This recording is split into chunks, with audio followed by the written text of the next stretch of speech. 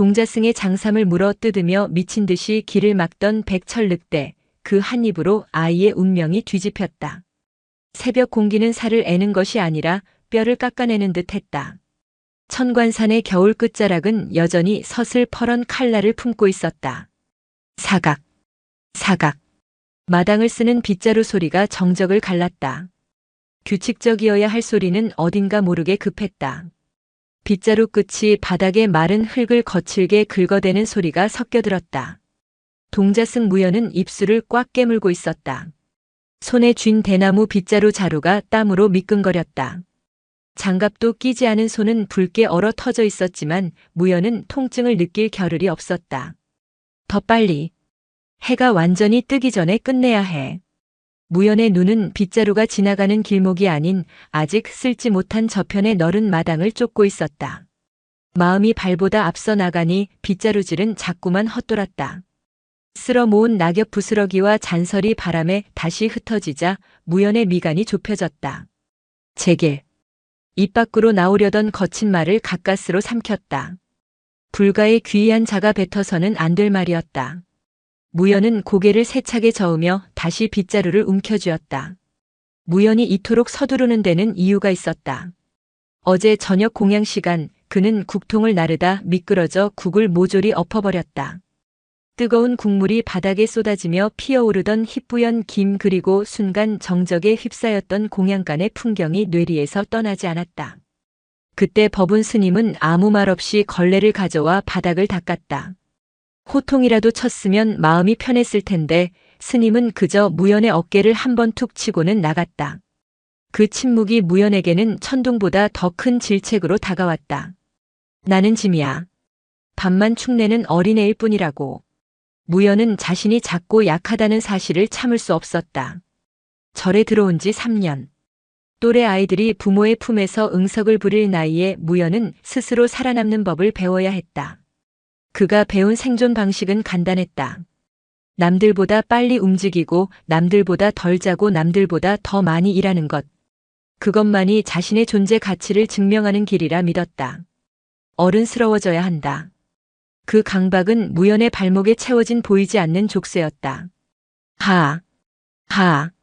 거친 숨을 몰아쉬며 무연은 마당 끝자락 절벽과 맞닿은 난간 쪽으로 향했다. 그곳은 바람이 가장 거세게 부는 곳이라 눈과 먼지가 구석에 잔뜩 쌓여 있었다. 저곳만 치우면 오늘 아침 울력은 끝이다. 그러면 법운 스님도 조금은 기특하게 여겨주실지 모른다. 무연이 발걸음을 재촉했다. 발밑에 흙이 꽁꽁 얼어있어 미끄러웠지만 개의치 않았다. 오직 눈앞의 목표 지점만이 중요했다. 그때였다. 그르르. 낮고 묵직한 울음소리가 등 뒤에서 들려왔다.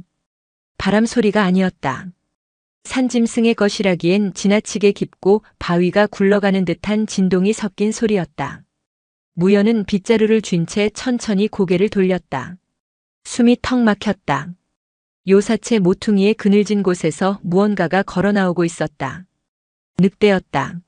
하지만 산에서 흔히 마주칠 수 있는 짐승이 아니었다. 녀석의 덩치는 송아지라 해도 믿을 만큼 거대했다.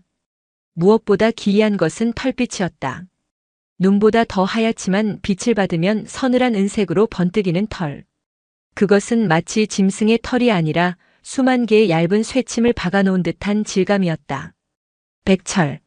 무연의 머릿속에 뜬금없이 그 단어가 떠올랐다.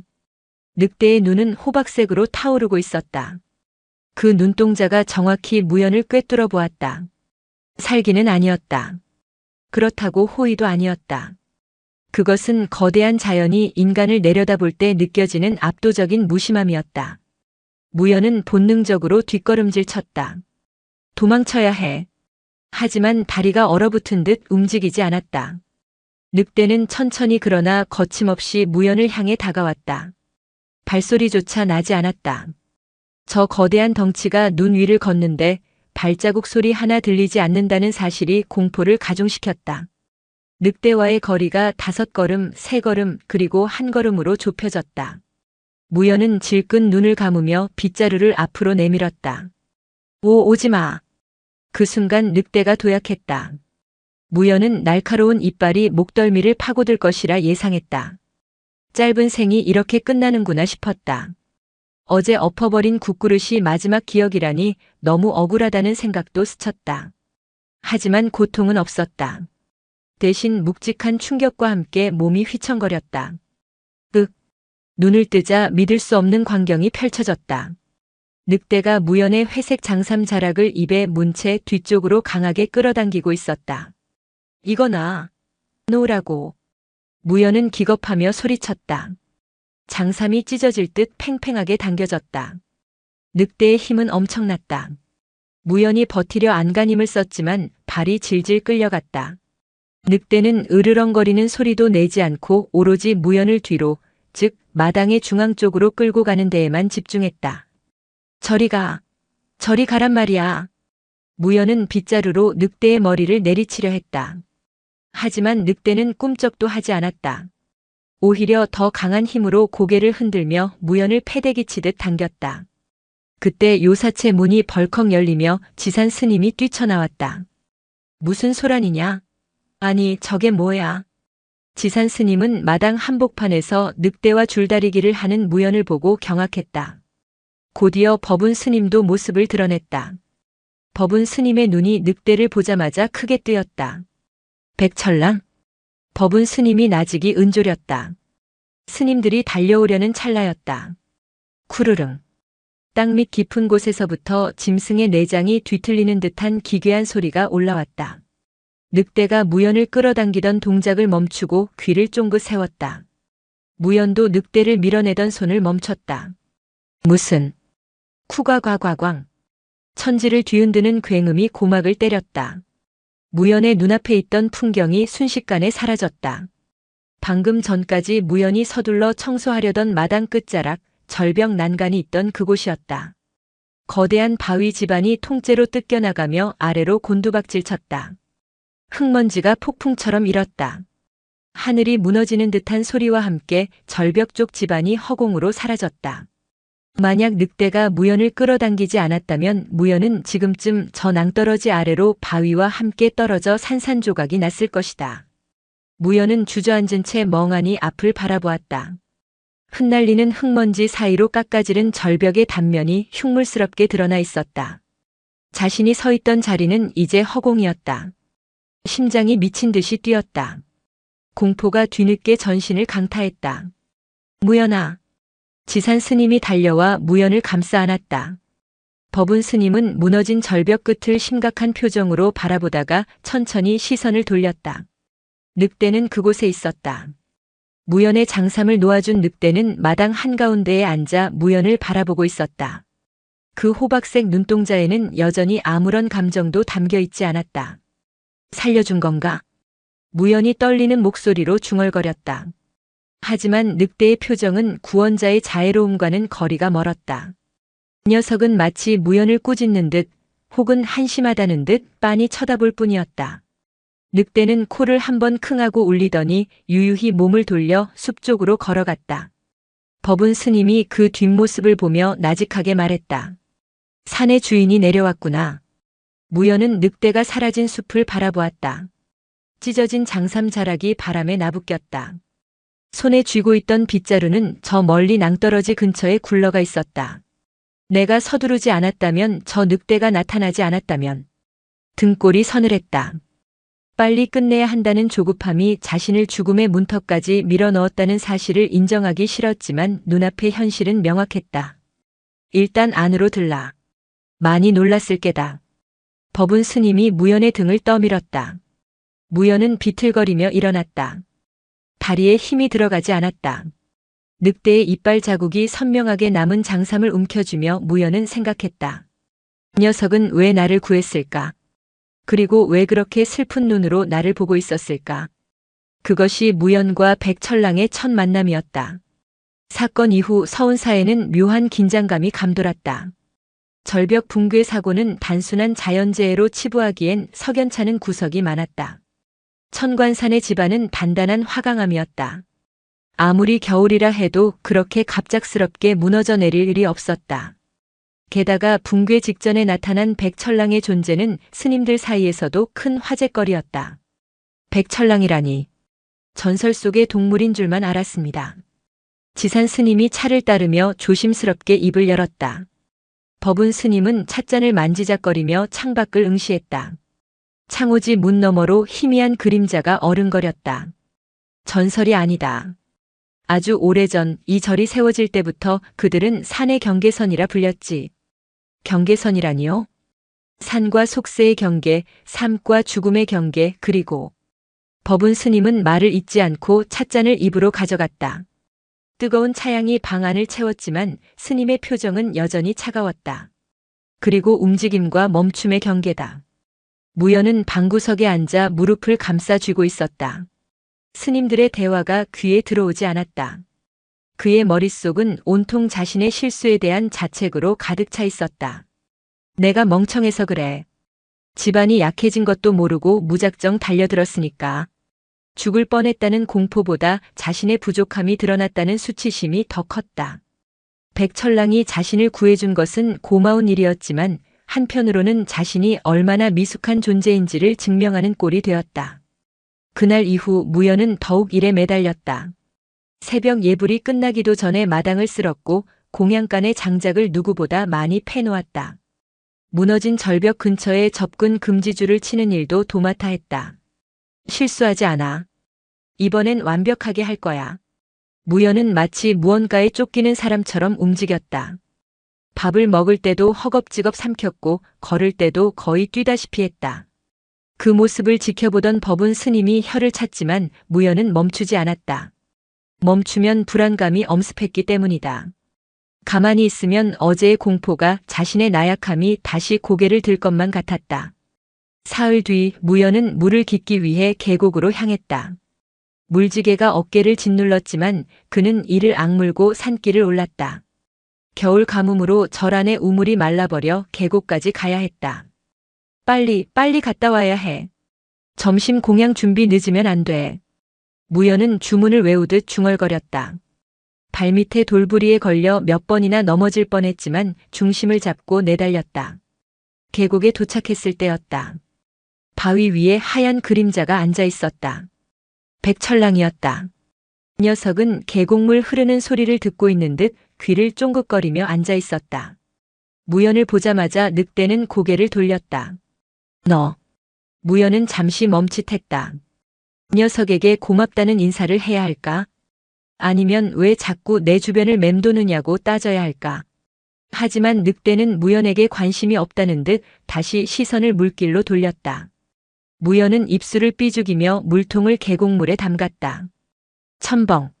서둘러 물을 채우려는데 늑대가 갑자기 벌떡 일어났다. 그리고는 무연의 물지개를 앞발로 툭 쳤다. 균형을 잃은 물지개가 넘어지면서 막 채운 물이 쏟아졌다. 야, 뭐 하는 거야? 무연이 화를 내며 소리쳤다. 기껏 힘들게 올라왔는데 물을 쏟다니. 이 늑대가 나를 놀리는 게 분명했다. 하지만 늑대는 무연의 고함 따위는 들리지 않는다는 듯 계곡 상류 쪽을 향해 낮게 으르렁거렸다. 털이 곤두서 있었다. 비켜. 방해하지 말고. 무연은 늑대를 밀치고 다시 물통을 잡으려 했다. 그 순간이었다. 쾅! 상류 쪽에서 거대한 물살과 함께 집채만 한 얼음덩어리와 바위들이 쏟아져 내려왔다. 겨울 동안 얼어있던 상류의 댐이 터진 것이었다. 흙탕물이 무연이 방금 물을 뜨려던 자리를 휩쓸고 지나갔다. 무연은 엉덩방아를 찌우며 뒤로 넘어졌다. 불과 몇 초 전 자신이 쪼그리고 앉아있던 바위가 급류에 휘말려 사라지는 모습이 보였다. 심장이 쿵 내려앉았다. 또다시 죽을 뻔했다. 늑대가 물지개를 넘어뜨려 시간을 지체시키지 않았다면 무연은 저 급류에 휩쓸려 흔적도 없이 사라졌을 것이다. 망연자실하게 앉아있는 무연에게 늑대가 다가왔다. 늑대는 젖은 발을 털며 무연을 내려다보았다. 그 눈빛, 절벽에서 보았던 그 눈빛이었다. 또 서둘렀구나. 멍청한 녀석. 늑대가 그렇게 말하는 것 같았다. 무연은 덜덜 떨리는 손으로 바닥을 짚었다. 화가 치밀어 올랐다. 자신에게 화가 났고 저 늑대가 자신의 목숨을 2번이나 구했다는 사실이 견딜 수 없이 부끄러웠다. 왜 자꾸 끼어드는 거야? 무연이 악에 받쳐 소리쳤다. 눈물이 핑 돌았다. 내가 알아서 할 수 있다고. 나도 잘할 수 있단 말이야. 무연은 어린아이처럼 울분을 토해냈다. 늑대는 그런 무연을 물끄러미 바라보다가 천천히 몸을 돌려 숲으로 사라졌다. 그날 밤 무연은 열병을 앓았다. 이불 속에서 끙끙 앓으며 그는 꿈을 꾸었다. 꿈속에서 그는 끊임없이 달리고 있었다. 뒤에서는 낭떠러지가 무너져 내리고 앞에서는 홍수가 밀려왔다. 아무리 빨리 달려도 재앙은 늘 발뒤꿈치까지 쫓아왔다. 살려줘. 멈추고 싶어. 힘들어. 꿈속의 무연이 비명을 질렀다. 그때 하얀 늑대가 나타나 앞을 가로막았다. 늑대는 으르렁거리지도 물지도 않았다. 그저 길 한복판에 멈춰 섰다. 무연은 늑대와 부딪히기 직전에 멈출 수밖에 없었다. 멈추자 비로소 소리가 들렸다. 숨소리, 심장소리, 그리고 바람소리. 꿈에서 깬 무연은 땀에 흠뻑 젖어 있었다. 새벽 예불을 알리는 목탁 소리가 멀리서 들려왔다. 무연은 자리에서 일어나 앉았다. 머리가 지끈거렸지만 어제보다 한결 맑아진 느낌이었다. 그는 문을 열고 밖으로 나갔다. 마당에는 얇게 눈이 쌓여 있었다. 그리고 그 눈 위에 백철랑이 앉아 있었다. 마치 무연이 나오기를 기다리고 있었다는 듯이 무연은 늑대에게 다가갔다. 이번에는 도망치지도 화를 내지도 않았다. 너 거기서 뭐해? 늑대는 대답 대신 자리에서 일어나 천천히 걷기 시작했다. 몇 발자국 가더니 멈춰 섰다. 그리고 뒤를 돌아보았다. 따라오라는 신호였다. 무연은 잠시 망설이다가 고무신을 고쳐 신고 늑대의 뒤를 따랐다. 늑대의 걸음은 기이했다. 3걸음을 걷고는 멈췄다. 5걸음을 걷고는 또 멈췄다. 그냥 멈추는 것이 아니었다. 멈출 때마다 귀를 움직이거나 코를 벌름거리며 주변을 탐색했다. 처음엔 무연도 답답했다. 그냥 쭉 가면 되잖아. 왜 자꾸 서는 거야? 하지만 무연은 묵묵히 늑대의 리듬을 맞추려 노력했다. 녀석을 따라다니면 뭔가 알 수 있을 것 같았다. 2번이나 자신의 목숨을 구한 존재에 대한 호기심 그리고 오기였다. 숲길은 고요했다. 늑대가 갑자기 걸음을 멈추고 오른쪽 앞발을 들었다. 무연도 덩달아 멈췄다. 왜? 늑대의 시선이 머무는 곳을 보았다. 겉보기엔 평범한 눈 쌓인 언덕이었다. 하지만 자세히 보니 눈의 결이 주변과 미세하게 달랐다. 뭐지? 무연이 한 발짝 다가가려 하자 늑대가 낮게 으르렁거렸다. 오지 말라는 경고였다. 늑대는 우회해서 다른 길로 돌아갔다. 무연은 의아해하며 늑대가 피한 곳에 작은 돌멩이를 던져보았다. 푹! 돌멩이는 눈 위로 떨어지는 것이 아니라 눈 속으로 쑥 빨려 들어갔다. 그곳은 눈으로 덮인 웅덩이 혹은 썩은 나무 뿌리가 만들어낸 빈 구멍이었다. 만약 무연이 아무 생각 없이 밟았다면 발목이 부러지거나 깊이 빠져버렸을 것이다. 무연의 등골에 소름이 돋았다. 알고 있었어. 눈으로 보지 않고도 저기가 위험하다는 걸. 늑대는 보이지 않는 것을 보고 들리지 않는 것을 듣고 있었다. 아니, 녀석은 멈춤을 통해 정보를 읽어내고 있었다. 무연은 그제야 자신의 걸음걸이를 돌아보았다. 앞만 보고 달리는 걸음. 발밑에 무엇이 있는지, 머리 위에 무엇이 떨어질지 확인하지 않는 걸음. 그것은 용기가 아니라 무지였고 부지런함이 아니라 게으름이었다. 생각하기 싫어서 몸만 움직이는 게으름. 아! 무연의 입에서 탄식이 흘러나왔다. 늑대가 다시 걸음을 멈췄다. 이번에는 바람이 불어오는 방향이 바뀌는 순간이었다. 나뭇가지에 쌓인 눈이 바람에 밀려 후두둑 떨어졌다. 늑대는 그 눈벼락이 떨어질 자리를 정확히 피해 서 있었다. 무연은 홀린 듯 중얼거렸다. 저 늑대는 걷는 게 아니라 듣고 있구나. 무연은 늑대의 뒤에서 처음으로 빗자루를 쥐지 않은 손을 합장했다. 늑대를 따라다닌 지 닷새가 지났다. 무연의 일상에는 미세한 변화가 생겼다. 여전히 마당을 쓸고 물을 길었지만 예전처럼 헐떡거리며 뛰어다니지 않았다. 새벽 마당 청소 시간. 무연은 빗자루질을 하다가 문득 손을 멈췄다.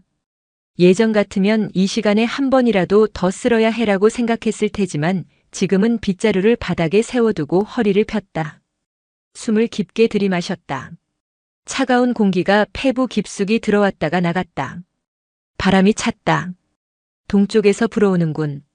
무연은 고개를 돌려 동쪽 하늘을 보았다. 붉은 여명이 산등성이를 타고 넘어오고 있었다.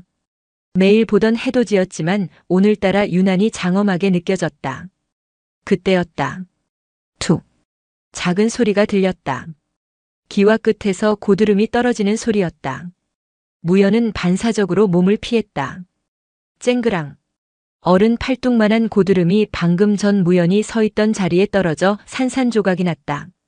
만약 멈추지 않고 계속 빗자루질을 하며 앞으로 나아갔다면 머리 위로 떨어졌을 것이다. 무연은 깨진 얼음 조각을 내려다보며 가슴을 쓸어내렸다. 들렸어. 놀라움이 밀려왔다. 예전에는 빗자루 소리와 자신의 거친 숨소리에 묻혀 듣지 못했을 작은 소리였다. 멈추어 서서 숨을 고르니 비로소 세상의 소리가 귀에 들어온 것이다. 호. 뒤에서 감탄사가 들렸다. 법은 스님이었다. 스님. 무연이 황급히 합장했다. 법은 스님은 깨진 고드름과 무연을 번갈아 보며 옅은 미소를 지었다. 다치지 않았느냐? 네. 다행히 피했습니다. 다행이라 운이 좋았구나. 아닙니다, 스님. 무연이 고개를 저었다. 운이 아니었습니다. 빗자루질을 멈추고 있어서 소리가 들렸습니다. 법은 스님의 눈빛이 깊어졌다. 스님은 뒷짐을 지고 마당으로 내려왔다. 멈추니 들리더냐? 네. 멈추지 않았을 때는 제 숨소리가 너무 커서 아무것도 들리지 않았는데 멈추니까 바람 소리도 얼음 갈라지는 소리도 들렸습니다. 법은 스님은 고개를 끄덕이며 무연의 어깨를 짚었다. 무연아. 네. 사람들은 멈춤을 정지라고 생각한다. 아무것도 하지 않는 시간이라고 여기지. 그래서 불안해한다. 너도 그랬지 않느냐? 무연은 얼굴을 붉히며 고개를 숙였다. 하지만 멈춤은 가장 치열한 활동이다. 멈추어야 비로소 나와 세상의 간격이 보이고 그 간격을 알아야 내가 다치지 않고 나아갈 수 있는 법이다. 스님은 시선을 숲 쪽으로 돌렸다. 숲 가장자리 나무 그늘 아래에 백철랑이 앉아 있었다. 저 늑대가 너에게 큰 가르침을 주었구나. 스님, 저 늑대는 도대체 정체가 뭡니까? 왜 우리 저를 지켜주는 겁니까? 무연의 질문에 법운 스님은 잠시 침묵했다. 따라오너라. 보여줄 것이 있다. 법운 스님은 무연을 데리고 장경각 경전을 보관하는 곳으로 향했다. 오래된 나무 냄새와 묵은 종이 냄새가 가득한 그곳에서 스님은 낡은 서책 하나를 꺼냈다. 서운사지라고 적힌 책이었다. 스님이 책장을 넘기자 빛바랜 그림 한 점이 나왔다. 그림 속에는 가사를 입은 노스님과 그 옆에 앉아있는 거대한 하얀 늑대가 그려져 있었다. 백철랑은 단순한 짐승이 아니다. 이 절을 창건하신 조사 스님께서 처음 터를 잡으실 때 길을 안내했던 늑대의 후손들이다. 길을 안내해요? 그래. 조사 스님께서는 불법을 구하러 산을 오르다 길을 잃고 조난을 당하셨지. 그때 하얀 늑대가 나타나 스님의 옷자락을 물고 안전한 곳으로 이끌었다고 한다. 바로 지금 대웅전이 있는 자리지. 법운 스님은 그림 속 늑대의 눈을 손가락으로 쓸었다. 그때 늑대가 스님께 전한 뜻이 있었느니라. 기록에 따르면 스님들 곁에 사는 자는 위험에 가까울 때 항상 먼저 멈춘다는 약속이었다. 위험에 가까울 때 먼저 멈춘다. 무연은 그 말을 입안에서 굴려보았다. 늑대들은 본능적으로 안다. 살기 위해서는 무작정 달리는 힘보다 위험을 감지하고 멈추는 감각이 더 중요하다는 것을. 그들은 그 지혜로 수백 년을 이 험한 산에서 살아남은 개야. 스님은 책을 덮으며 무연을 바라보았다. 너는 최근 너무 빨랐다, 무연아. 빨리 어른이 되고 싶어서, 빨리 인정받고 싶어서. 하지만 그 속도가 너의 눈과 귀를 가렸다. 늑대가 너의 옷을 물고 늘어진 건 너를 살리기 위함이기도 했지만 내가 스스로를 망치고 있는 그 속도를 늦추기 위함이었을 게다. 무연의 가슴이 쿵 하고 내려앉았다. 늑대가 옷을 잡아당길 때 느꼈던 그 강력한 저항감. 그것은 앞으로만 고꾸라지려는 무연을 억지로 멈춰 세우려는 생명의 무게였다. 저는 게으름 피우는 게 아니라고 생각했습니다. 잠시라도 쉬면 뒤처질까봐. 무연의 눈시울이 붉어졌다. 진정한 정지는 쉼없이 달리는 것이 아니다. 바르게 보고 바르게 듣기 위해 멈출 줄 아는 용기, 그것이 정진이다. 법운 스님의 말씀이 무연의 마음에 파문처럼 번져나갔다. 그날 오후 무연은 다시 빗자루를 들었다. 하지만 이제 그의 동작은 달랐다. 쓱쓱. 빗자루질은 느리지만 힘이 있었고 리듬이 있었다. 그는 마당의 절반을 쓸고 나면 반드시 빗자루를 세우고 허리를 폈다. 그리고 주변을 둘러보았다. 나뭇가지에 앉은 새, 처마 밑에 거미줄, 바람에 흔들리는 풍경 소리.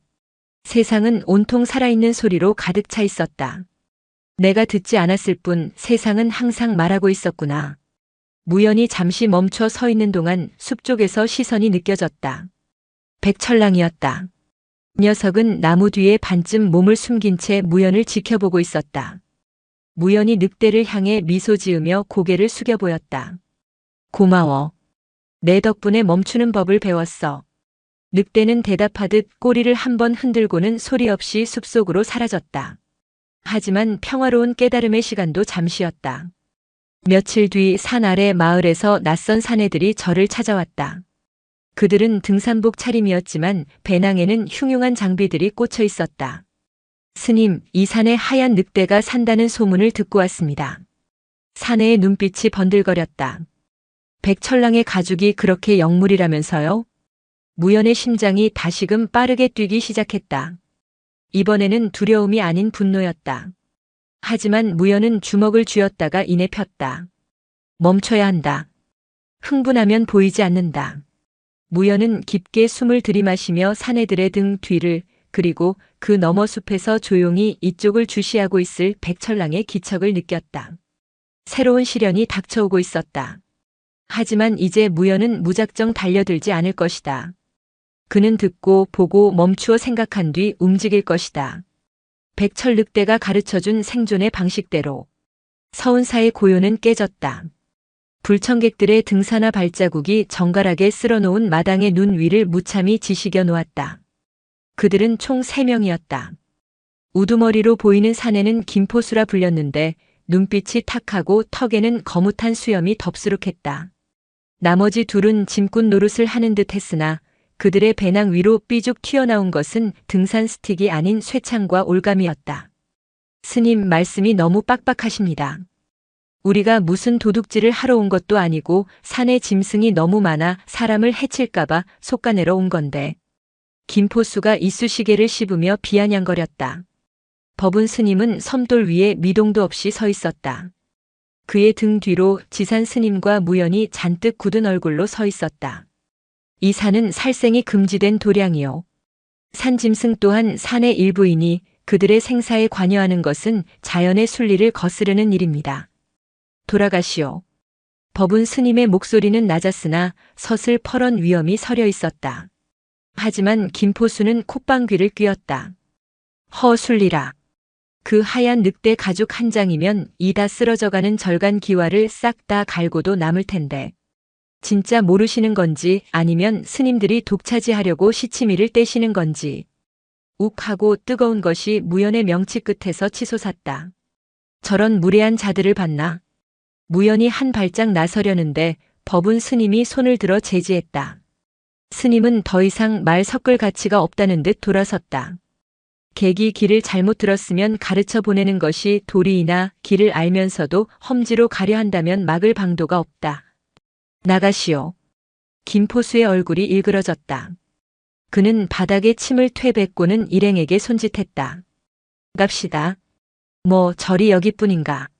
산은 넓고 길은 많으니까. 그들은 요사체 뒤편 산길로 사라졌다. 그들의 뒷모습에서 풍기는 비릿한 욕망의 냄새가 매운 겨울바람에도 씻겨나가지 않았다. 무연은 주먹을 꽉 쥐었다. 손톱이 손바닥을 파고들었다. 스님, 저대로 두실 겁니까? 놈들은 사냥을 하러 가는 겁니다.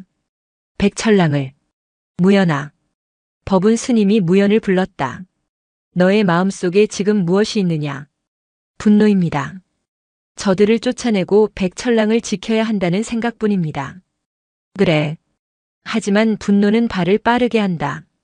내가 지금 저들을 쫓아가면 너는 늑대를 지키는 것이 아니라 저들과 똑같은 짐승이 되어 싸우게 될 것이다. 무연은 입술을 깨물었다. 머리로는 이해했지만 가슴은 뛰고 있었다. 늑대가 위험하다. 그 하얗고 신비로운 존재가 저들의 더러운 쇠창에 찔리는 상상이 머릿속을 맴돌았다. 그날 오후 무연은 도저히 가만히 있을 수 없었다. 법운 스님은 출타 중이었고 지산 스님은 공양간에 있었다. 무연은 몰래 낫 하나를 챙겨 들고 뒷산으로 향했다.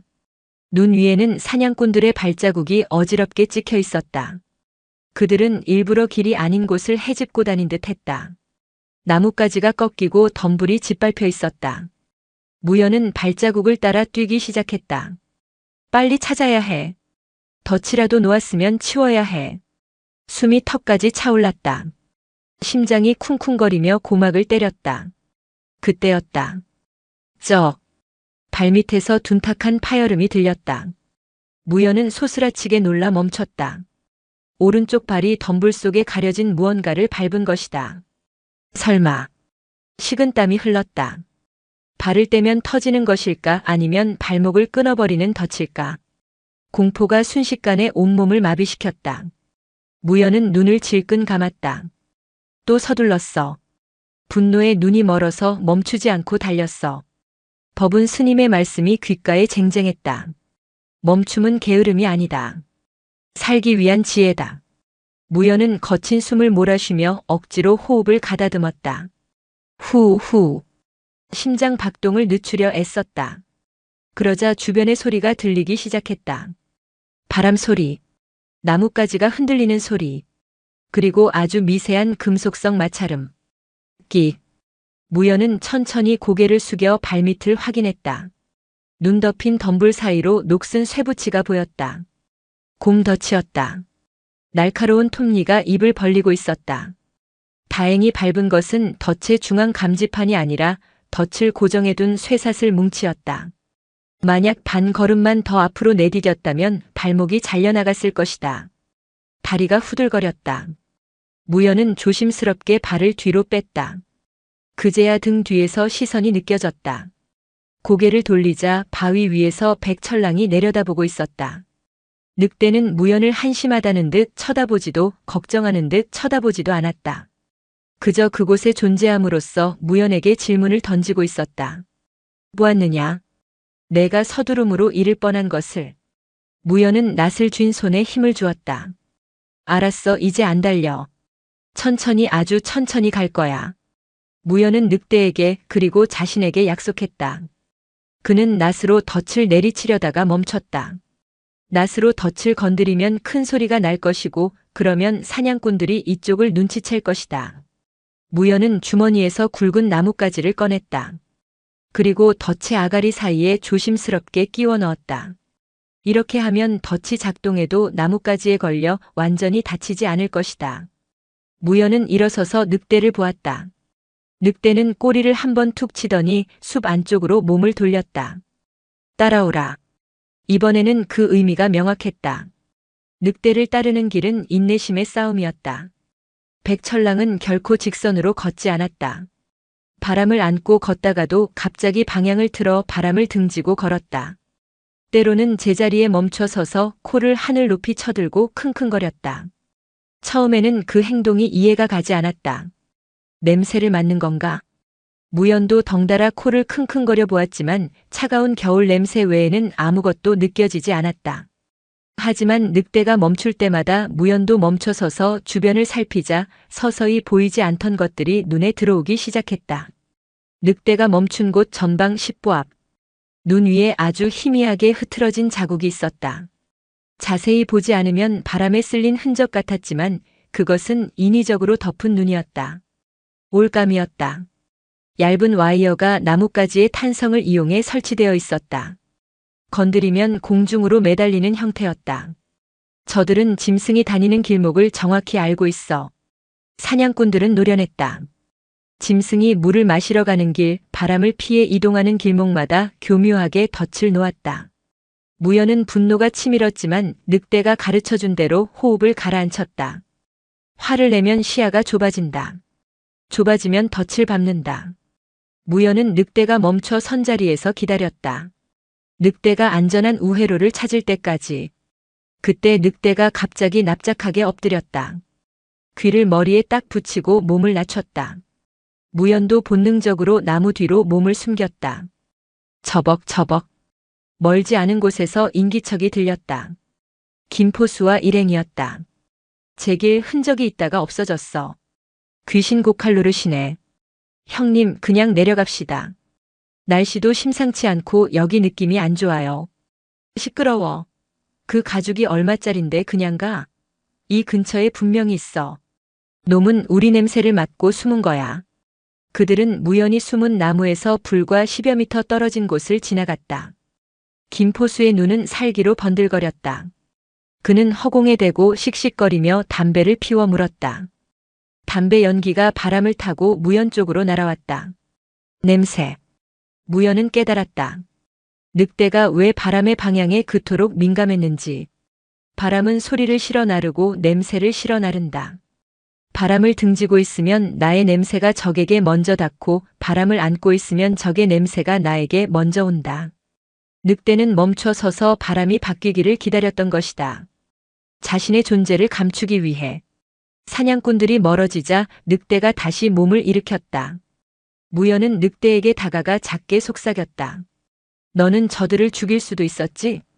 늑대의 덩치와 힘이라면 기습했을 때 저들 셋쯤은 순식간에 제압할 수 있었을 것이다. 하지만 늑대는 그러지 않았다. 늑대는 그저 무연을 바라보았다. 그 눈빛은 깊고 고요했다. 싸움은 최후의 수단이다. 피할 수 있다면 피하고 멈출 수 있다면 멈추는 것이 강한 자의 방식이다. 무연은 늑대의 침묵에서 그렇게 읽었다.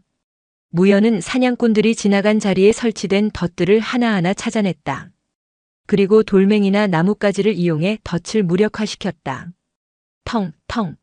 덫이 닫히는 소리가 숲에 울렸지만 이미 사냥꾼들은 멀리 간 뒤였다. 무연은 덫을 해체하며 생각했다.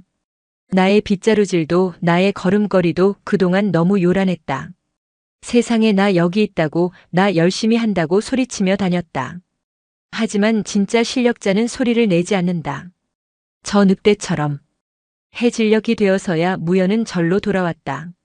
장삼은 흑투성이었고 손은 꽁꽁 얼었지만 그의 눈빛은 어느 때보다 맑게 빛나고 있었다. 마당에 들어서자 법운 스님이 기다리고 있었다. 어디를 다녀오느냐? 산을 걷다 왔습니다. 뛰지 않고? 네. 멈추어서 듣고 바람을 느끼며 걸었습니다. 법운 스님은 무연의 흙 묻은 신발을 보더니 빙긋 웃었다. 발자국 소리가 들리지 않더구나. 이제야 산 사람이 다 되었네. 하지만 평화는 길지 않았다. 밤이 깊어지자 하늘에서 심상치 않은 눈발이 날리기 시작했다. 단순한 눈이 아니었다. 천관산의 겨울을 끝장내려는 듯한 거대한 폭설이었다. 그리고 그 눈보라 속에서 총성이 울렸다. 탕! 고요한 산사를 찢어발기는 소리. 무연은 자다가 벌떡 일어났다. 백철랑. 심장이 곤두박질 쳤다. 총소리는 한 번으로 끝나지 않았다. 탕, 탕. 연이어 울리는 소리가 산을 울렸다. 무연은 외투를 걸칠 새도 없이 뛰쳐나갔다. 눈앞이 하얗게 변할 정도로 눈이 쏟아지고 있었다. 한치 앞도 분간할 수 없는 폭설이었다. 무연아, 나가면 안 된다. 지산 스님이 뒤에서 소리쳤지만 무연의 귀에는 들리지 않았다. 총소리가 난 곳은 절벽 너머 백철랑이 자주 머물던 그 숲이었다. 무연은 눈을 헤치며 달렸다. 하지만 예전처럼 무작정 달리지 않았다. 그는 달리면서도 땅을 보았고 멈춰서서 소리를 들었다. 눈이 와서 시야가 가려졌다. 이럴 때일수록 귀를 열어야 해. 바람 소리 사이로 인간의 고함이 섞여 들려왔다. 거기 섰거라. 이 짐승놈아. 포위해.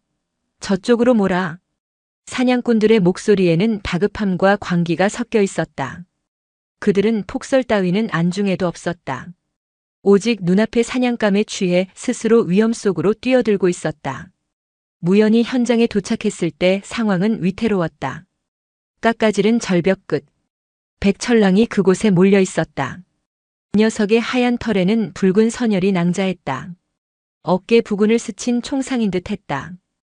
김포수와 일행은 늑대를 반원형으로 둘러싸고 거리를 좁히고 있었다. 흐흐, 이제 도간에 든 쥐다. 아니, 늑대지. 김포수가 총을 겨누며 낄낄거렸다. 쏘지 마시오. 무연이 소리치며 튀어나갔다. 이 꼬마 녀석이? 비켜. 죽고 싶어? 김포수가 무연을 향해 총구를 돌렸다. 무연은 움찔했지만 물러서지 않고 늑대 앞을 막아섰다. 이 산에서 살생은 안 된다고 했습니다. 당장 돌아가시오. 웃기는 소리. 저 가죽이 내 손 안에 있는데 돌아가? 비키지 않으면 너도 쏜다. 그때였다. 우웅. 산 전체가 우는 듯한 소리가 들렸다. 바람 소리가 아니었다. 그것은 발밑, 대지 깊은 곳에서 울리는 진동이었다. 백철랑이 갑자기 고개를 들어 하늘을 보았다가 땅을 내려다보았다. 녀석의 귀가 쫑긋 섰다. 늑대는 무연의 장삼을 물었다. 그리고 강하게 뒤로 당겼다. 무연은 늑대의 의도를 알아차렸다. 늑대는 도망치려는 게 아니었다. 멈추라고 물러나라고 경고하고 있었다. 이 위치가 위험하다는 뜻이었다. 하지만 사냥꾼들은 그 신호를 읽지 못했다. 저놈이 힘이 빠졌나 보다. 덮쳐. 김포수가 일행에게 소리치며 앞으로 내달렸다. 그들은 늑대와 무연이 있는 절벽 끝을 향해 우르르 달려들었다. 욕망이 그들의 눈과 귀를 막아버렸다. 무연은 늑대에게 끌려 뒤로 물러났다. 바로 그 순간 쾅! 엄청난 굉음과 함께 절벽 끝부분이 무너져 내렸다. 폭설로 인해 약해져 있던 눈 처마스노 CORNIC가 사람들의 무게를 견디지 못하고 붕괴한 것이다. 으악! 김포수와 일행의 비명소리가 눈보라 속에 묻혔다. 그들이 딛고 있던 땅이 순식간에 꺼지며 허공으로 사라졌다. 무연은 바닥에 납작 엎드렸다. 눈앞에서 벌어진 참사에 숨이 멎을 것 같았다. 하얀 눈먼지가 솟구쳐 올랐다가 가라앉았다. 사냥꾼들이 서 있던 자리는 이제 낭떠러지였다. 정적. 오직 바람 소리만이 남았다. 무연은 떨리는 몸을 일으켜 절벽 아래를 내려다보려 했다. 하지만 백철랑이 앞을 가로막았다. 보지 마라. 늑대는 그렇게 말하는 듯 했다. 늑대의 어깨에서 흐르는 피가 눈 위에 붉은 꽃처럼 번졌다. 무연은 늑대를 끌어안았다. 차가운 쇠털 같은 감촉 속에 뜨거운 체온이 느껴졌다. 미안해, 미안해. 무연은 울먹였다.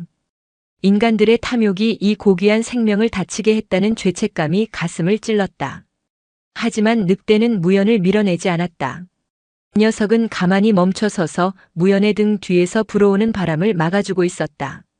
그들은 눈보라 속에서 한참을 그렇게 멈춰 있었다. 살아남은 자들은 멈출 줄 알았고 욕망에 눈먼 자들은 멈추지 못해 떨어졌다. 산은 그 냉정한 진리를 눈으로 덮어버렸다. 잠시 후 늑대가 몸을 비틀거렸다. 상처가 깊었다. 치료해야 해. 절로 가자.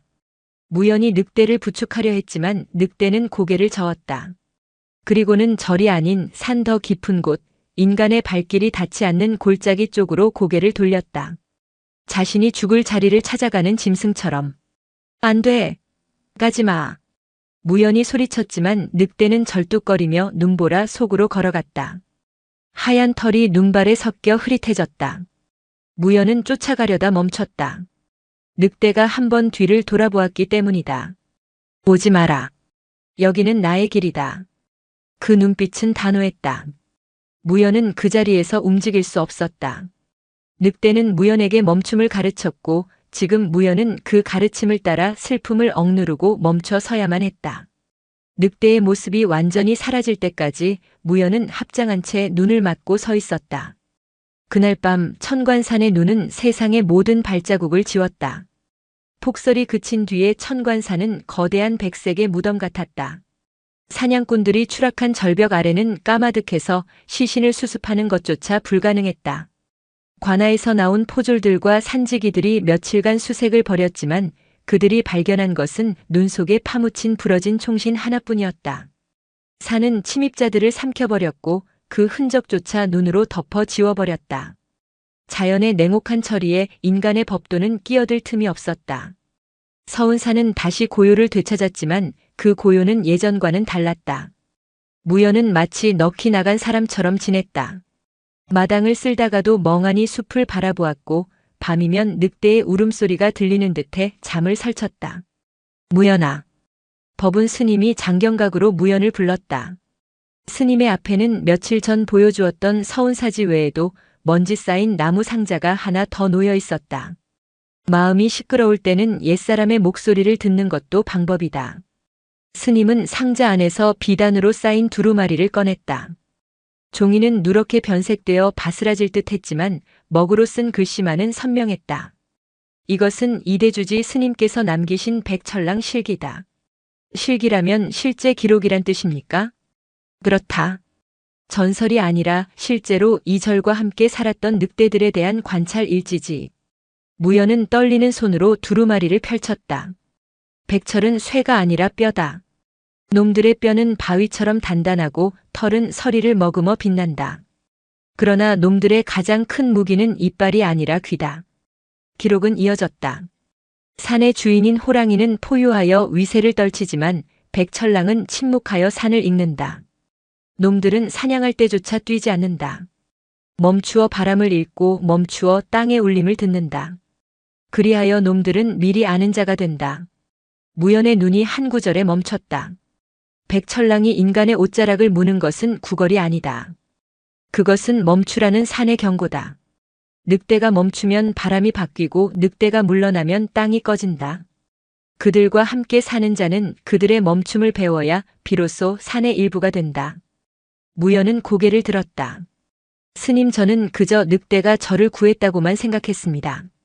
하지만 늑대는 저에게 멈추는 법을 가르치려 했던 거군요. 그렇다. 녀석은 내가 너무 빨라서 너무 위태로워서 억지로 너를 세운 게야. 내 옷자락을 물고 늘어진 그 힘은 너를 죽음으로 내달리는 속도에서 건져 올리려는 무게였다. 법운 스님은 씁쓸한 표정으로 찻잔을 들었다. 하지만 이번에는 우리가 녀석을 지키지 못했구나. 탐욕스러운 인간들이 녀석의 멈춤을 겁쟁이의 도주라 착각하고 쫓았으니. 무연의 가슴에 통증이 밀려왔다. 총에 맞고도 의연하게 돌아서던 늑대의 뒷모습. 붉게 물든 하얀 털. 살아있을까요? 백철랑은 산의 정령과도 같은 존재다. 쉽게 명을 달리하진 않을 게다. 허나 스님은 말끝을 흐렸다. 상처 입은 짐승은 스스로를 고립시키는 법이다. 누군가에게 약한 모습을 보이기 싫어서 혹은 죽음을 준비하기 위해서. 죽음. 그 단어가 무연의 심장을 찔렀다. 찾겠습니다. 무연의 눈빛이 달라졌다. 가서 확인해야겠습니다. 살았는지 죽었는지. 그리고 만약 살아있다면 고맙다는 말을, 미안하다는 말을 전해야겠습니다. 법운 스님은 무연을 한참 동안 응시하다가 조용히 고개를 끄덕였다. 가거라. 허나 명심해라. 찾기 위해 뛰지 마라.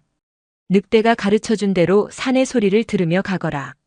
무연은 짐을 꾸렸다.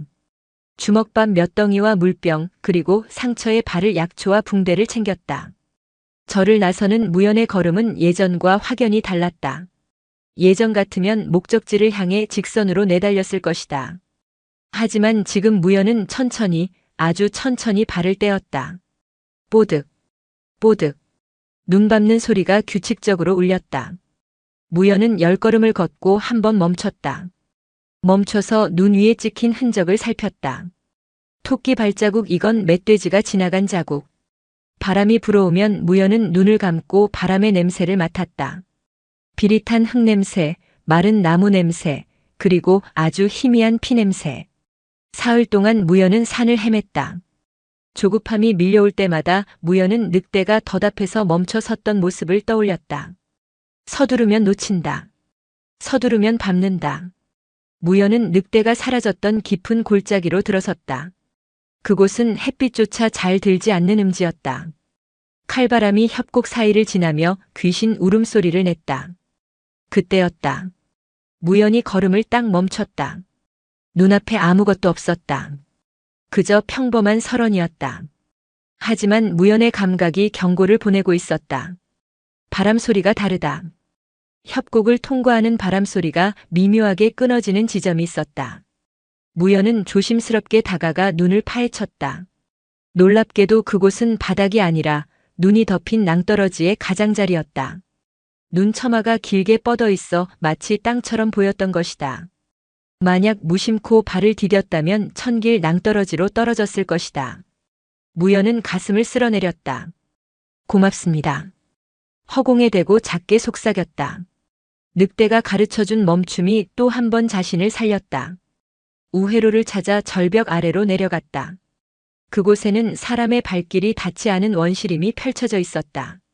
그리고 그 숲의 가장 깊은 곳, 거대한 바위 동굴 앞에서 무연은 익숙한 발자국을 발견했다. 거대한 늑대의 발자국. 하지만 발자국은 온전하지 않았다. 한쪽 발자국이 눈 위에 끌린 듯 길게 늘어져 있었다. 다리를 절고 있다는 증거였다. 핏자국은 이미 굳어 검붉은 점으로 남아 있었다. 무연은 동굴 입구에 멈춰섰다. 함부로 들어갈 수 없었다. 야생의 짐승에게 자신의 은신처를 들키는 것은 가장 큰 위협이다. 무연은 동굴 앞에 무릎을 꿇고 앉았다. 저 왔습니다. 무연입니다. 대답은 없었다. 동굴 안에서 차가운 냉기만 흘러나왔다.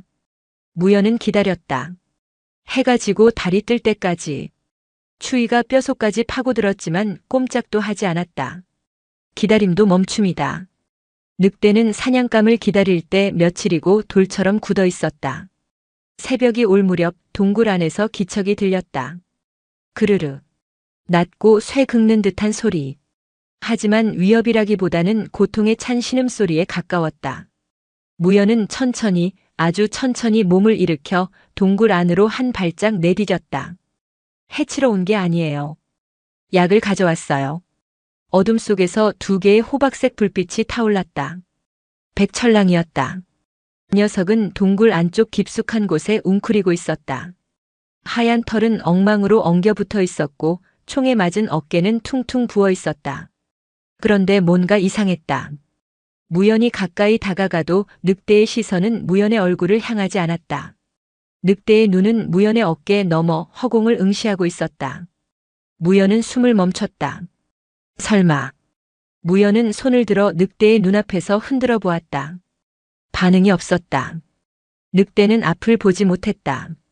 충격이었다. 천하의 백철랑이 산의 경계선이라 불리며 모든 위험을 피해 다니던 그 영물이 장님이었다니. 무연은 그제야 늑대의 모든 기이한 행동들이 이해가 되기 시작했다. 왜 늑대가 그토록 자주 멈춰 섰는지, 왜 바람의 방향에 예민하게 반응했는지, 왜 걸을 때마다 발을 조심스럽게 내디뎠는지.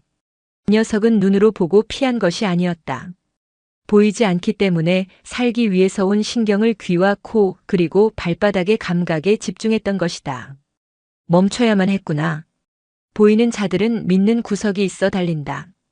눈을 믿기에 속도를 낸다. 하지만 보이지 않는 자에게 속도는 곧 죽음이다. 늑대는 태어날 때부터 혹은 아주 오래전부터 앞이 보이지 않았을 것이다. 그래서 녀석은 생존을 위해 멈춤을 선택했다. 한 걸음 걷고 멈추어 확인하고 또 한 걸음 걷고 멈추어 듣는 것. 그것은 지혜가 아니라 처절한 생존 본능이었다. 그리고 그 약점이 역설적으로 늑대를 산에서 가장 지혜로운 존재로 만들었다. 아! 무연의 눈에서 눈물이 주르륵 흘러내렸다. 자신은 두 눈이 멀쩡하면서도 보지 못했다. 조급함에 눈이 멀어 마당의 흙도 절벽의 균열도 사람들의 악의도 보지 못했다. 그런데 이 늑대는 빛을 잃은 눈으로 세상의 흐름을 읽고 있었다. 늑대가 고개를 돌려 무연이 있는 쪽으로 코를 킁킁거렸다. 무연의 냄새를 확인한 듯 경계를 풀고 머리를 바닥에 내려놓았다. 무연은 조심스럽게 다가가 늑대의 상처 부위를 살폈다. 총알이 스치고 지나가 살점이 떨어져 나갔고 염증이 생겨 열이 펄펄 끓고 있었다. 아팠지? 많이 아팠지? 무연은 가져온 약초를 지식여 상처에 발랐다. 늑대가 따가운 듯 몸을 움찔거렸지만 무연의 손길을 거부하지는 않았다. 붕대를 감아주자 늑대는 거친 숨을 조금씩 가라앉혔다. 무연은 늑대의 곁에 앉아 녀석의 거친 털을 쓰다듬었다. 강철처럼 억센 털 아래로 따뜻한 생명의 온기가 전해졌다. 너는 앞이 안 보이는데도 나를 구하러 왔던 거구나. 그 소란스러운 마당으로 사람들이 고함을 지르고 땅이 무너지는 그 혼란 속으로 앞이 보이지 않는 짐승이 뛰어든다는 것이 얼마나 큰 공포였을까. 그런데도 녀석은 왔다. 무연의 옷자락을 물고 자신이 아는 유일한 생존 방식인 멈춤을 알려주기 위해. 늑대가 무연의 손등을 거친 혀로 한번 핥았다. 괜찮다. 나는 들을 수 있으니. 그렇게 말하는 것 같았다. 무연은 동굴 밖에 눈 덮인 산을 바라보았다. 세상은 온통 하얗고 눈부셨지만 그 눈부심 속에 함정이 숨어 있었다. 늑대에게는 그 함정이 보이지 않는 대신 함정이 내는 소리가 들렸을 것이다. 스님 말씀이 맞았어. 멈춤은 게으름이 아니었어. 무연은 늑대의 머리에 자신의 이마를 맞대었다. 멈춤은 약한 자가 강한 세상에서 살아남기 위한 가장 위대한 용기였어. 그날 밤 무연은 늑대를 끌어안고 잠이 들었다. 꿈속에서 무연은 늑대와 함께 달렸다. 하지만 이번에는 쫓기듯 달리는 것이 아니었다. 바람을 느끼며 흙냄새를 맡으며 천천히 리듬에 맞춰 산을 유영하듯 달렸다. 열흘이 지났다. 무연의 지극정성 덕분에 늑대의 상처는 조금씩 아물어갔다. 열이 내렸고 절뚝거리던 걸음도 한결 자연스러워졌다. 하지만 이별의 시간이 다가오고 있었다. 늑대는 회복되자마자 동굴 밖으로 나가려는 횟수가 늘었다. 녀석은 동굴 입구에 서서 북쪽 산맥을 향해 코를 벌름거렸다. 그곳은 인간의 발길이 닿지 않는 백철랑들의 진짜 고향이었다. 가야 하는구나. 무연은 직감했다. 이곳은 늑대가 머물 곳이 아니었다. 인간의 냄새가 너무 가까웠고 상처 입은 늑대에게 이 얕은 산은 위험했다. 어느 맑은 아침 늑대가 동굴을 나섰다. 이번에는 돌아오지 않을 걸음이었다. 무연은 늑대를 배웅했다. 산등성이까지 함께 올랐다. 겨울바람에 섞여 훈훈한 기운이 느껴졌다. 눈 아래 흙에서는 새싹이 움트고 있었다. 봄이 오고 있었다.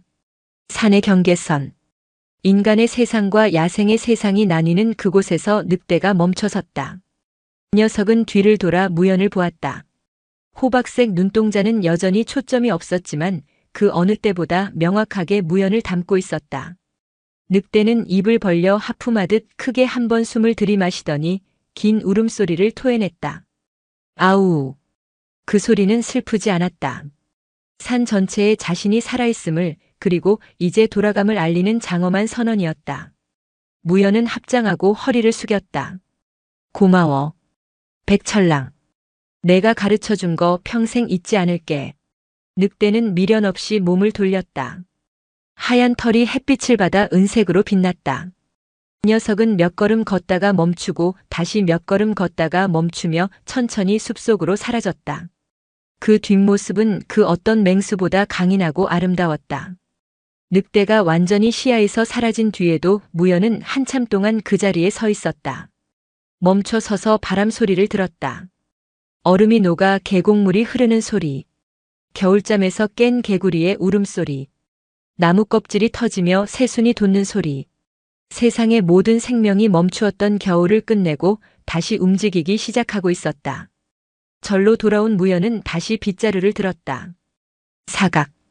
빗자루 소리가 났다. 잠시 멈춤. 무연은 허리를 펴고 하늘을 보았다. 구름이 흘러가고 있었다. 사각. 다시 빗자루질을 했다. 급하지 않았다. 마당을 다 쓸지 못해도 상관없었다. 중요한 건 지금 빗자루 끝에 닿는 흙의 감촉을 느끼는 것, 그리고 내 주변의 변화를 놓치지 않는 것이었다. 법은 스님이 마루에 앉아 그 모습을 지켜보고 있었다. 이제야 빗자루질 소리가 듣기 좋구나. 무연히 미소 지으며 스님을 향해 합장했다. 스님, 늑대는 같지만 늑대가 남긴 것은 여기에 있습니다. 무연은 자신의 가슴을 가리켰다. 그리고 다시 빗자루를 바로 세워두고 잠시 눈을 감았다. 늑대는 물었고 아이는 멈췄다. 그 멈춤은 끝이 아니라 세상을 향해 내딛는 진정한 첫걸음이었다. 천관산 서운사에 비로소 완연한 봄이 찾아와 있었다. 15년이라는 세월은 강산도 바꾼다지만 서운사 앞마당의 풍경은 그보다 더 급격하게 변해 있었다. 한때는 빗자루 소리와 풍경 소리만이 감돌던 고요한 산사였다. 그러나 지금은 시장통을 방불케 하는 소음이 도량 가득 넘실거렸다. 여기가 그 늑대 비석이 있는 곳이오? 이 비석을 만지고 기도를 올리면 급제를 빨리 한다더군. 스님, 부적 같은 건 없습니까? 빨리 효험을 보고 싶은데. 사람들은 줄을 서서 마당 한 구석에 세워진 하얀 바위 조각상을 어루만지고 있었다. 15년 전 무연과 법운 스님이 백철랑을 기리며 세운 작은 자연석이었다. 하지만 사람들은 그 바위의 의미를 제멋대로 해석했다. 늑대의 빠른 발이 소원을 빨리 이루어준다는 헛소문이 퍼진 탓이었다. 무연은 요사채 툇마루에 앉아 그 광경을 물끄러미 바라보고 있었다. 27의 청년이 된 무연은 이제 더 이상 빗자루를 들고 헐떡거리지 않았다. 그의 눈빛은 깊은 우물처럼 가라앉아 있었고 어깨는 단단해 보였다. 허허, 오늘도 10,000원이로구나. 지산 스님이 혀를 차며 다가왔다. 이제는 희끗한 수염이 제법 길어진 지산 스님은 주지인 법운 스님을 대신해 절의 살림을 도맡고 있었다. 법운 스님은 노환으로 거동이 불편해져 암자에 머물고 계셨다. 사람들의 마음이 급해서 그렇습니다. 기다림을 견디지 못하니 돌덩이에라도 매달리는 것이겠지요. 무연의 목소리는 낮고 차분했다. 내가 저들을 좀 말려야 하지 않겠느냐? 명색이 백철랑의 벗이라 불리는 내가 나서면 저들도 들을 텐데. 말린다고 들을 귀들이 아닙니다. 저들은 멈추러 온 게 아니라 더 빨리 달리기 위해 잠시 기름을 치러 온 것뿐이니까요. 무연은 씁쓸하게 웃으며 찻잔을 들었다. 그때였다. 와장창. 사람들의 웅성거림을 뚫고 무언가가 깨지는 소리가 들렸다. 비켜라. 이따위 돌덩이가 무슨 소용이냐? 날카로운 고함이 마당을 갈랐다. 무연의 눈썹이 꿈틀했다. 그는 찻잔을 내려놓고 천천히 몸을 일으켰다. 그의 동작에는 군더더기가 없었다. 마당 한복판에는 푸른색 무관복을 입은 사내가 서 있었다. 허리에는 긴 환도장검을 차고 있었고 손에는 방금 걷어차 부러진 나무 울타리 조각이 들려 있었다. 그의 눈은 핏발이 서 있었다. 누가 책임자냐? 주지 나오라고 해. 사내가 칼집을 잡은 채 소리쳤다. 주변에 있던 신도들이 겁에 질려 뒷걸음질 쳤다.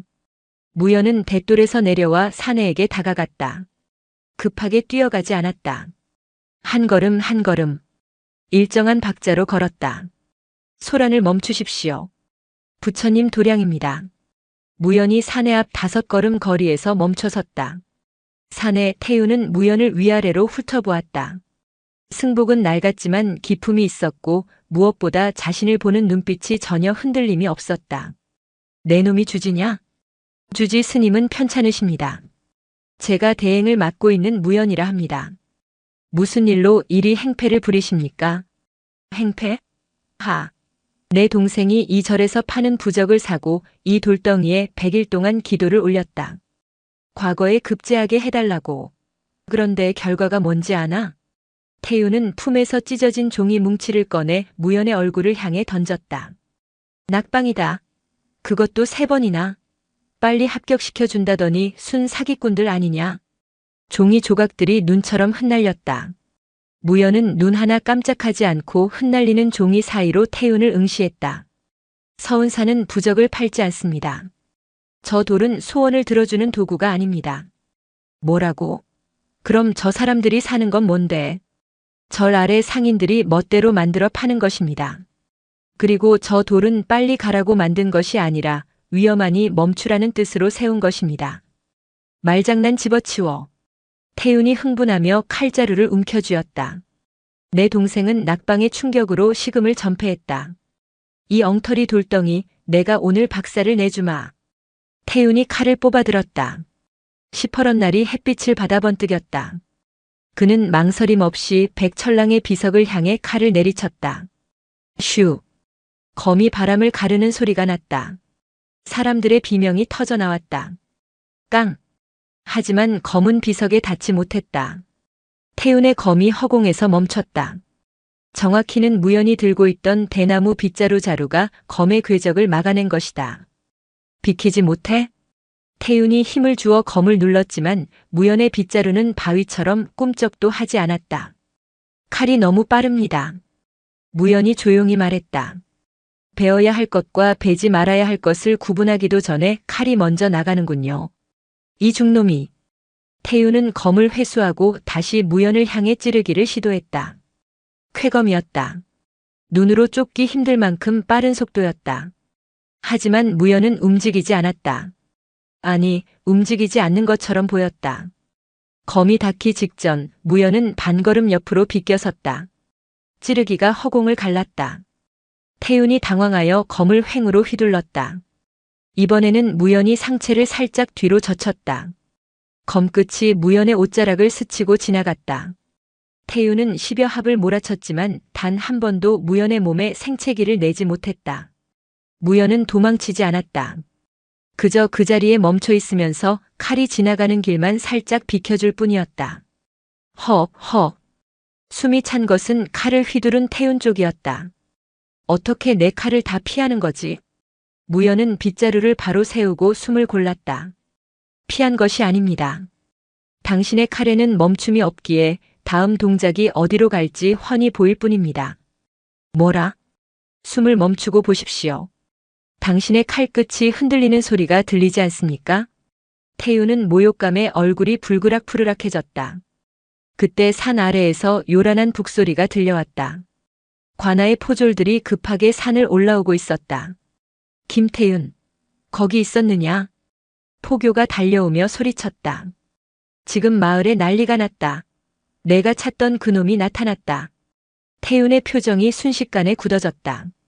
그는 무연을 노려보며 칼을 거두었다. 운 좋은 줄 알아라. 급한 일이 생겨서 봐주는 거다.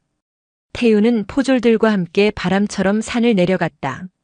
무연은 그들의 뒷모습을 보며 미간을 좁혔다. 그놈이라니. 무연의 귓가에 15년 전 들었던 늑대의 울음소리가 환청처럼 스쳐 지나갔다. 불안한 바람이 불어오고 있었다. 그날 밤 서운사 법당에는 팽팽한 긴장감이 감돌았다. 무연은 지산 스님과 마주 앉아 있었다. 마을에 가축이 물려 죽는 일이 빈번하다고 합니다. 그런데 단순한 산짐승의 소행이 아니랍니다. 지산 스님이 걱정스런 얼굴로 말했다. 목덜미를 한 번에 끊어놓고 내장은 건드리지도 않았답니다. 배가 고파서가 아니라 살생 자체를 즐기는 놈이라더군요. 관아에서는 뭐라 합니까? 호환이라고도 하고 미친 늑대떼라고도 하는데 소문에는 검은 늑대라는 말이 돕니다. 검은 늑대. 무연의 손이 찻잔을 쥔 채 멈췄다. 백철랑의 전설 때문에 늑대들이 신성시되었는데 이제는 그 늑대가 재앙이 되었다고 사람들이 수군거립니다. 아까 그 태윤이라는 자도 늑대를 잡으러 온 전문 사냥꾼이라더군요. 무연은 자리에서 일어났다. 다녀오겠습니다. 어디를 말이냐? 밤이 늦었다. 확인해야겠습니다. 그것이 정말 늑대인지 아니면 늑대의 탈을 쓴 다른 무엇인지. 무연은 15년 전 백철랑을 찾으러 갈 때처럼 단출한 행장을 꾸렸다. 하지만 이번에는 약초 대신 단단한 박달나무 지팡이를 하나 챙겼다. 산 아래 마을은 흉흉했다. 집집마다 문을 걸어 잠갔고 곳곳에 횃불이 타오르고 있었다. 무연은 마을 입구에서 흔적을 살폈다. 흙바닥에 찍힌 발자국. 깊다. 일반적인 늑대보다 훨씬 크고 무거운 짐승이었다. 하지만 무연의 눈을 사로잡은 것은 발자국의 깊이가 아니었다. 발자국의 간격이 너무 일정해. 야생의 짐승은 지형에 따라 보폭을 조절한다. 돌이 있으면 피하고 웅덩이가 있으면 뛰어넘는다. 하지만 이 발자국은 마치 기계처럼 혹은 아무것도 두려워하지 않는 폭군처럼 직선으로 뻗어 있었다. 멈춤이 없는 걸음이다. 무연은 발자국을 따라 숲으로 들어갔다. 한참을 걷다 보니 숲속 공터에서 웅성거리는 소리가 들렸다. 태윤과 포졸들이었다. 그들은 횃불을 들고 덤불을 수색하고 있었다. 분명 이쪽으로 갔어. 핏자국이 아직 젖어 있다. 태윤이 소리쳤다. 그는 낮에 흥분이 가라앉지 않은 듯 살기를 뿜어내고 있었다. 김무관님, 저기를 보십시오. 포졸 하나가 비명을 지르며 손가락질했다. 어둠 속 2개의 붉은 안광이 번뜩였다. 크르르르. 거대한 짐승이 나무 그림자 속에서 걸어 나왔다. 늑대였다. 하지만 백철랑과는 달랐다. 털은 칠흑처럼 검었고 덩치는 황소만했다. 무엇보다 끔찍한 것은 입 주변에 묻은 피가 뚝뚝 떨어지고 있다는 점이었다. 흑철랑이다. 포졸들이 공포에 질려 뒷걸음질 쳤다. 하지만 태우는 물러서지 않았다. 드디어 만났구나. 내 동생을 홀리고 마을 사람들을 공포에 떨게 한 괴물. 태윤이 칼을 뽑아들고 늑대를 향해 돌진했다. 죽어라. 태윤의 검이 늑대의 목을 향해 쇄도했다. 빠르고 강력한 일격이었다. 하지만 검은 늑대는 피하지 않았다. 텅. 금소금이 울렸다. 태윤의 검이 늑대의 앞발에 막혔다. 늑대의 발톱이 칼날을 받아낸 것이다. 뭐야? 태윤이 당황하는 사이 늑대가 반격했다. 앞발을 휘둘러 태윤의 가슴을 가격했다. 크악. 태윤이 집단처럼 날아가 나무에 처박혔다. 늑대는 곧바로 쓰러진 태윤의 목덜미를 물기 위해 도약했다. 누가 봐도 죽음이 확정된 순간이었다. 그때 허공에서 박달나무 지팡이가 날아들었다. 퍽! 지팡이가 늑대의 옆구리를 강타했다. 뼈가 울리는 둔탁한 소리와 함께 늑대가 균형을 잃고 옆으로 굴렀다. 멈춰라. 무연이 어둠 속에서 걸어 나왔다. 검은 늑대가 몸을 털고 일어나 무연을 노려보았다. 붉은 눈동자에 사리가 가득했다. 스님? 태윤이 가슴을 움켜쥐고 신음했다. 무연은 태윤 앞을 막아섰다. 그리고 검은 늑대를 향해 지팡이를 겨누었다. 너는 산의 주인이 아니다. 무연의 목소리는 냉철했다. 백철랑은 이유 없이 살생하지 않는다. 너는 그저 피에 굶주린 악귀일 뿐이다. 검은 늑대가 포효하며 무연에게 달려들었다. 속도는 태윤의 검보다 빨랐다. 무연은 눈을 감지 않았다. 늑대의 근육이 수축하는 순간 발톱이 땅을 박차는 각도, 바람을 가르는 소리까지 모든 것을 읽었다. 온다. 늑대의 이빨이 코앞에 닥친 순간 무연은 멈추었던 몸을 움직였다. 최소한의 움직임. 고개만 살짝 틀어 이빨을 피하고 늑대의 힘을 역이용해 지팡이로 늑대의 다리를 걸었다. 쿵. 거대한 덩치가 무연의 발밑에 처박혔다. 지금이다. 그물을 던져.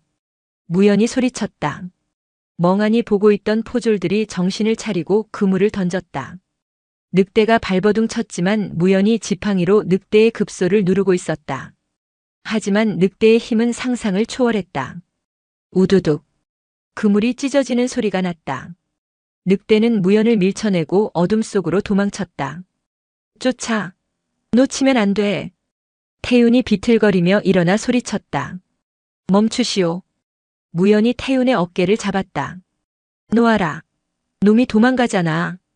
지금 쫓아가면 다 죽습니다. 놈은 일부러 도망가는 겁니다. 유인하고 있어요. 뭐라고? 놈이 도망친 방향을 보십시오. 바람을 안고 뛰었습니다. 자신의 냄새를 숨기고 매복하겠다는 뜻입니다. 지금 들어가면 당신들은 사냥꾼이 아니라 사냥감이 됩니다. 태윤은 분한 듯 입술을 깨물었지만 무연의 눈빛에 압도되어 칼을 내렸다. 그럼 어쩌란 말이냐? 날이 밝을 때까지 기다려야 합니다. 놈의 흥분이 가라앉고 우리의 눈이 트일 때까지. 무연은 검은 늑대가 사라진 어둠을 응시했다. 그 짧은 교전 중에 무연은 보았다. 검은 늑대의 목에 감겨있던 희미한 자국을. 그것은 야생의 흔적이 아니었다. 누군가가 채웠던 혹은 채우려 했던 목줄의 흔적이었다. 누군가 늑대를 기르고 있다. 소름 끼치는 가설이 무연의 머릿속을 스쳤다. 날이 밝자마자 무연과 태윤 그리고 포졸들은 다시 추적에 나섰다. 태윤은 여전히 무연을 탐탁지 않아 했지만 어젯밤 자신의 목숨을 구해준 것에 대한 비 때문인지 무연의 지시를 따랐다. 발자국이 여기서 끊겼소. 태윤이 바위 지대를 가리키며 말했다. 무연은 바위 위에 쭈그리고 앉았다. 아니요. 끊긴 게 아니라 지운 겁니다. 짐승이 발자국을 지운다고. 자신의 꼬리로 눈을 쓸며 뒷걸음질 쳤습니다. 여기 털이 남아있군요. 무연히 바위 틈새에 끼어있는 검은 털 뭉치를 집어들었다. 털에서는 독한 약품 냄새가 났다. 이 냄새는 화약 냄새. 태윤이 코를 킁킁거렸다. 화약이라니. 총포상에서나 맡을 법한 냄새 아닙니까? 무연의 머릿속에 퍼즐 조각이 맞춰지기 시작했다. 일정한 보폭, 끊어지지 않는 공격성, 목줄 자국, 그리고 화약 냄새. 이 늑대는 자연에서 태어난 게 아닙니다. 무연이 심각한 표정으로 말했다. 만들어진 겁니다.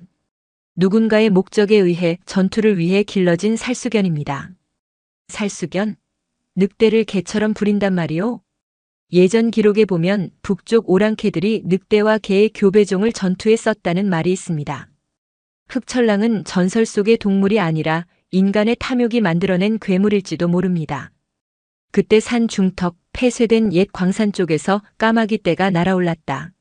저기다. 무연히 몸을 일으켰다. 저곳에 놈들의 둥지가 있습니다. 일행은 폐광 입구에 도착했다. 입구는 무너진 갱목과 바위로 막혀 있었지만 짐승이 드나들 만한 작은 구멍이 뚫려 있었다. 제가 먼저 들어가겠습니다. 태윤이 앞장서려 했다. 아니요. 무연히 제지했다. 좁은 곳에서는 긴 칼이 불리합니다. 그리고 안은 어둡습니다. 제가 앞장서겠습니다. 스님은 무기도 없잖소. 저는 듣는 눈이 있으니까요.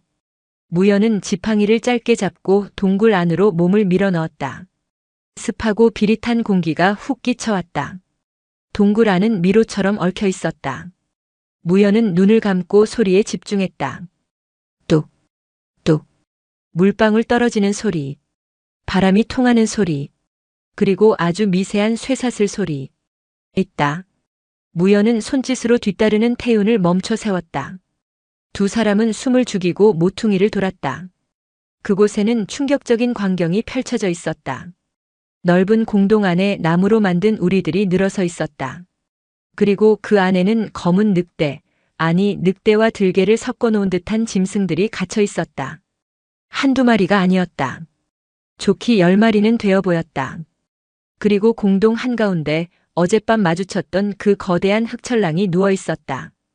녀석의 곁에는 한 노인이 서 있었다. 노인은 늑대에게 생고기를 던져주고 있었다. 많이 먹거라. 그래야 힘을 쓰지. 노인의 목소리는 낯익었다.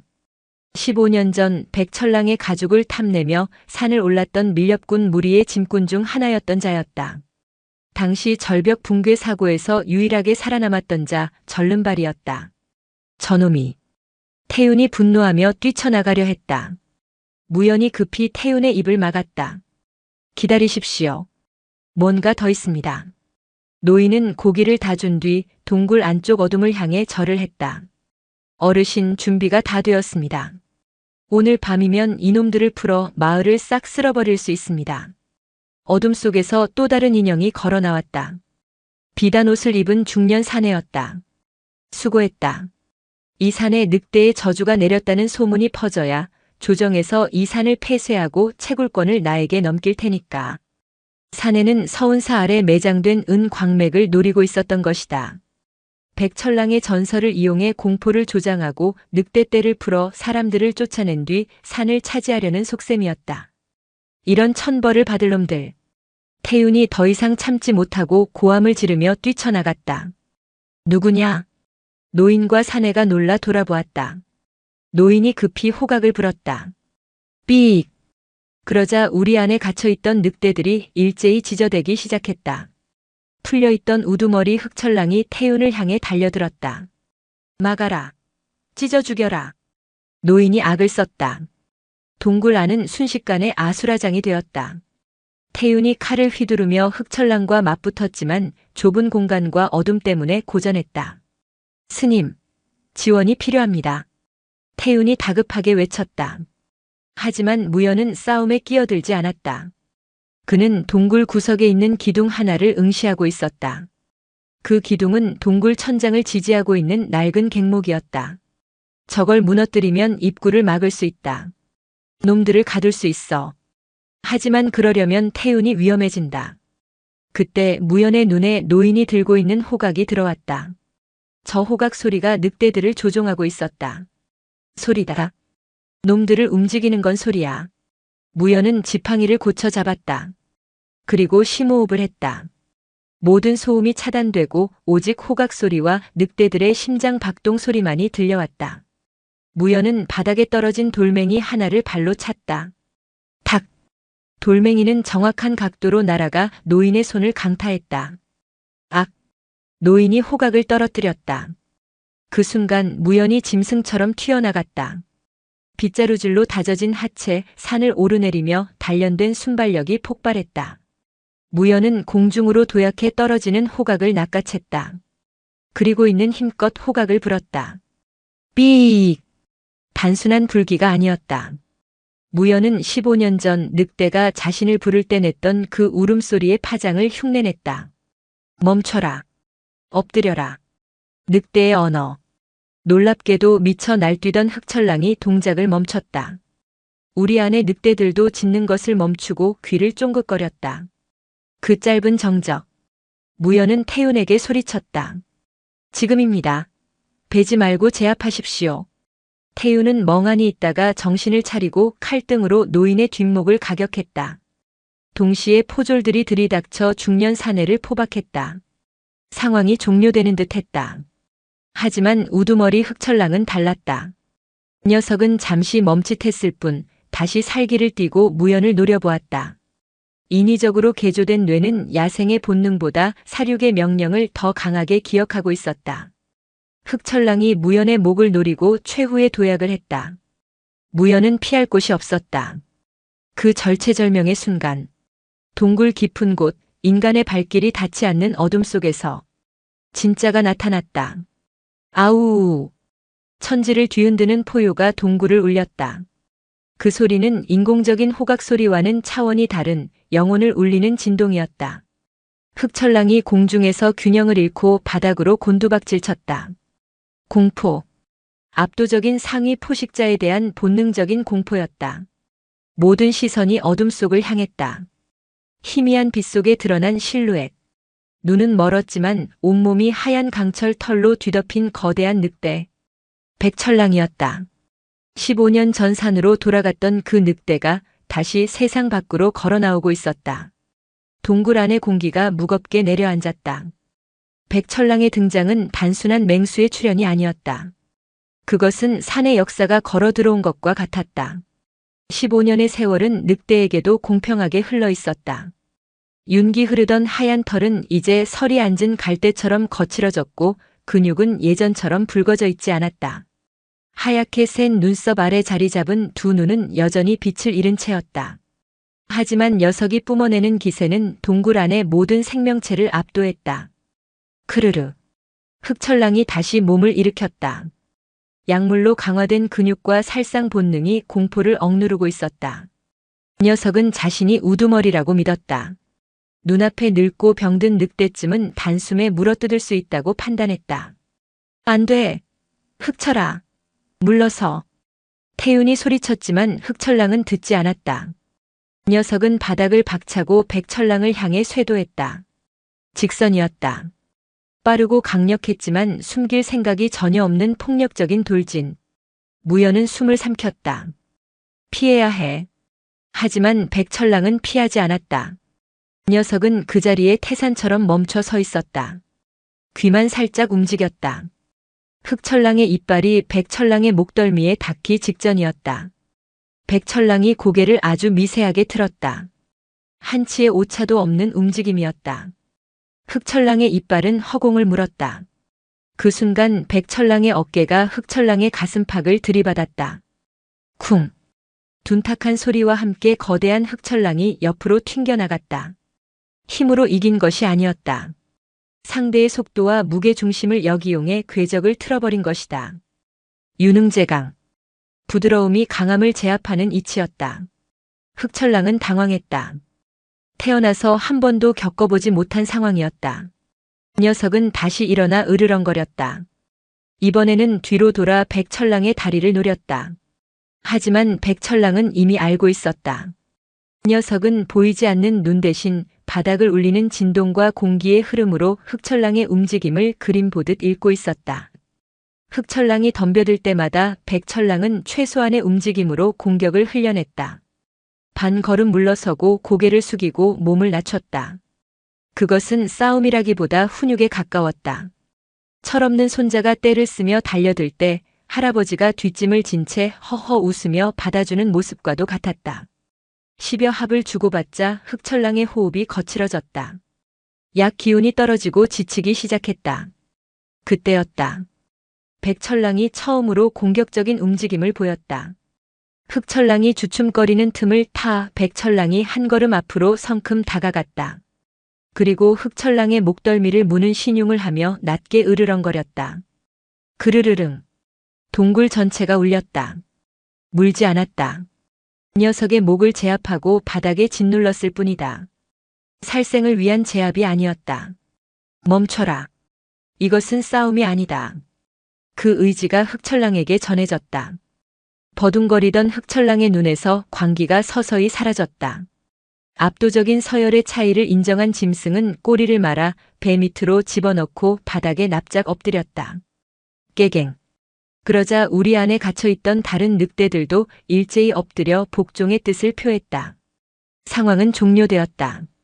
태윤과 포졸들은 입을 다물지 못했다. 칼 한 번 휘두르지 않고 피 한 방울 흘리지 않고 맹수떼를 제압했다.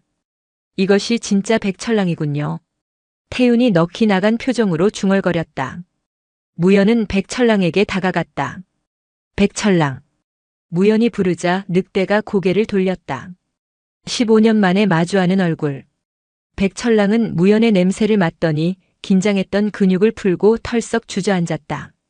그리고 꼬리를 바닥에 탁탁 2번 쳤다. 오랜만이다, 꼬마야. 무연의 눈시울이 뜨거워졌다. 달려가 녀석을 끌어안고 싶었지만 멈췄다. 지금 늑대의 상태가 심상치 않았기 때문이다. 거친 숨소리, 쇳소리가 섞인 호흡. 녀석은 늙었고 병들어 있었다.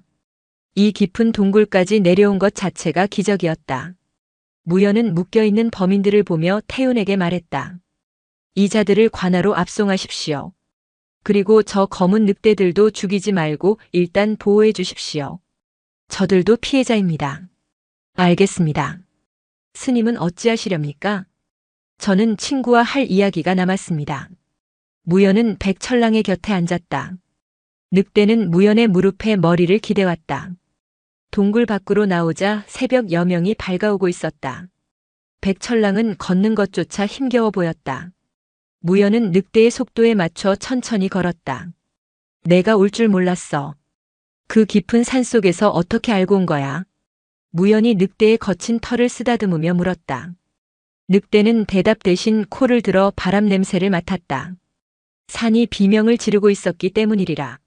흑철랑들이 내뿜는 살기와 피냄새, 그리고 인간들이 산을 파헤치며 내는 신음소리가 백철랑을 깨웠을 것이다. 녀석은 산의 경계선이자 수호자로서 마지막 임무를 다하기 위해 내려온 것이다.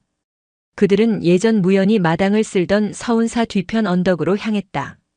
그곳은 절이 한눈에 내려다 보이고 멀리 세상의 풍경이 펼쳐진 곳이었다. 늑대가 자리에 멈춰섰다. 더 이상 걷지 않겠다는 뜻이었다. 녀석은 앞발을 가지런히 모으고 자리에 누웠다. 무연도 그 옆에 앉았다. 햇살이 늑대의 하얀 털 위로 쏟아졌다. 상처투성이고 윤기는 사라졌지만 그 모습은 그 어느 때보다 성스러워 보였다. 이제 쉬어. 더 이상 달리지 않아도 돼. 무연의 목소리가 떨렸다. 백철랑은 눈을 감고 있었다. 녀석의 귀가 바람 소리에 맞춰 이리저리 움직였다. 새소리, 풍경소리, 스님들의 독경소리.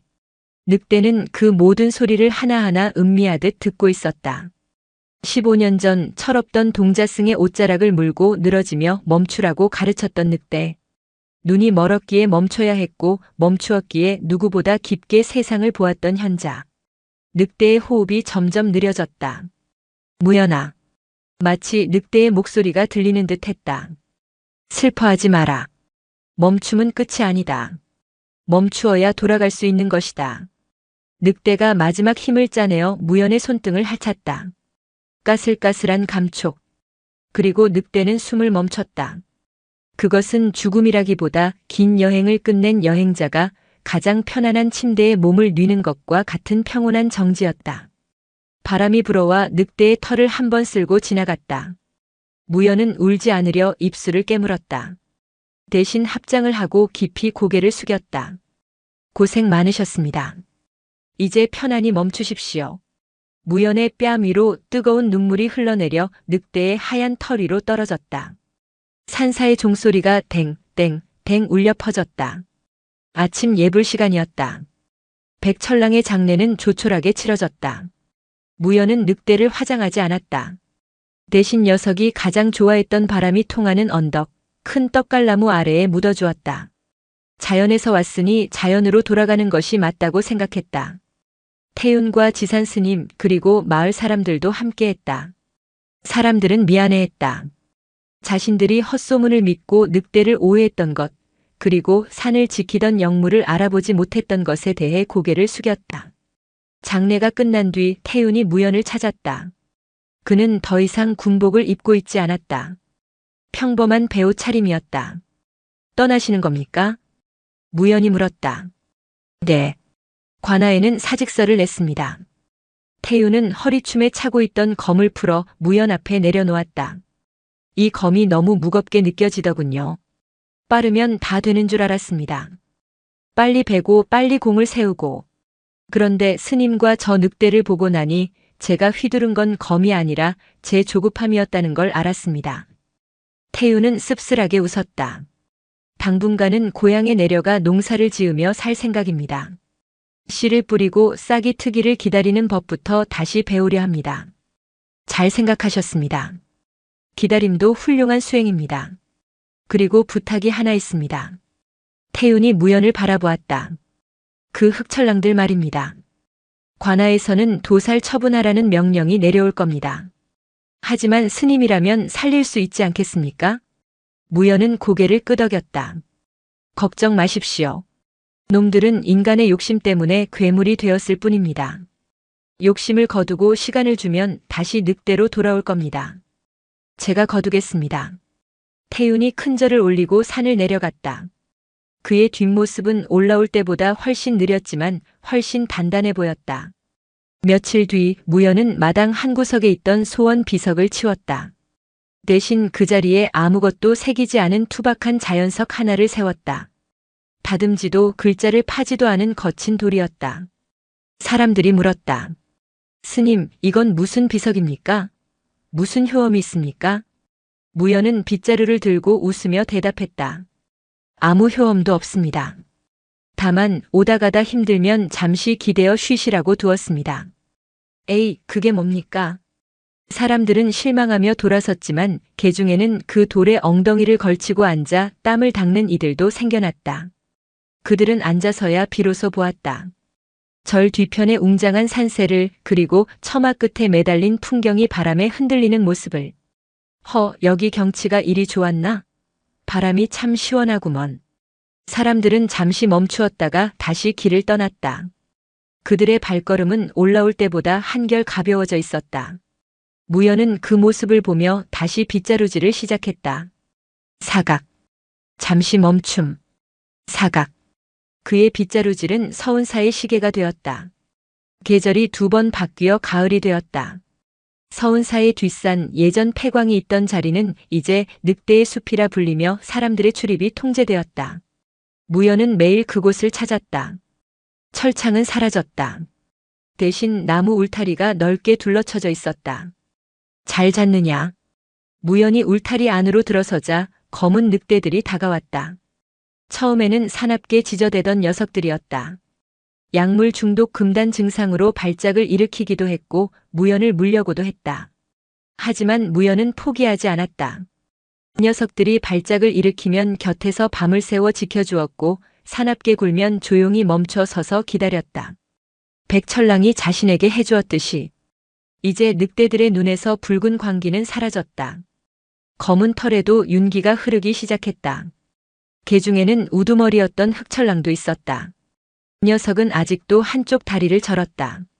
무연과의 싸움에서 다친 것이 아니라 오랜 시간 갇혀 있으면서 뼈가 뒤틀린 탓이었다. 흑철랑은 무연에게 꼬리를 흔들지는 않았지만 무연이 밥을 주면 조용히 다가와 먹었다. 그리고 무연의 발치에 앉아 먼 산을 바라보곤 했다. 너도 백철랑이 보고 싶은 게냐? 무연이 흑철랑의 머리를 쓰다듬었다. 백철랑이 마지막 순간 흑철랑에게 보여준 것은 힘이 아니라 품이었다. 흑철랑은 그 품위를 기억하고 있었다. 그때 산 아래에서 어린 동자승 하나가 헐레벌떡 뛰어 올라왔다. 스님, 무연 스님, 큰일 났습니다. 새로 들어온 지 얼마 안 된 막내 동자승 혜진이었다. 왜 그리 급하게 뛰느냐? 숨부터 고르거라. 그게 아니라요. 손님이 아주 높은 손님이 오셨습니다. 높은 손님? 한양에서 오셨다는데 임금님의 친서를 가지고 왔답니다. 무연의 눈빛이 깊어졌다. 조정에서 사람이 왔다니. 늑대들에 대한 처분 문제일까 아니면 은광에 대한 미련을 버리지 못한 것일까? 가보자. 무연은 흑철랑에게 눈인사를 하고 산을 내려갔다. 급하지 않게 하지만 지체하지 않고. 법당 앞에는 화려한 관복을 입은 관리들과 호위무사들이 도열해 있었다. 그 중심에는 백발이 성성한 노대신이 서 있었다. 자네가 무연인가? 노대신이 무연을 보며 물었다. 그렇습니다. 전하께서 이 산의 이야기를 들으셨네. 백철랑의 충심과 자네의 지혜에 대해. 대신은 비단으로 쌓인 두루마리를 펼쳤다. 전하께서는 이 산을 금렵구로 지정하시고 서운사를 호국 사찰로 봉한다는 교지를 내리셨네. 아울러 그 검은 늑대들을 잘 보살펴 산의 수호신으로 삼으라는 명을 내리셨지. 무연은 합장하고 깊이 허리를 숙였다. 성은이 망극하옵니다. 그리고 이것은 전하께서 자네에게 하사하는 벼로일세. 대신이 족자 하나를 건넸다. 족자에는 힘있는 필체로 두 글자가 적혀 있었다. 지관. 멈출지 볼관. 멈추어서 본다. 무연은 족자를 받아들고 미소 지었다. 그것은 자신이 평생을 바쳐 깨달은 진리이자 백철랑이 남겨준 유산이었다. 감사합니다. 이 뜻을 받들어 수행에 정진하겠습니다.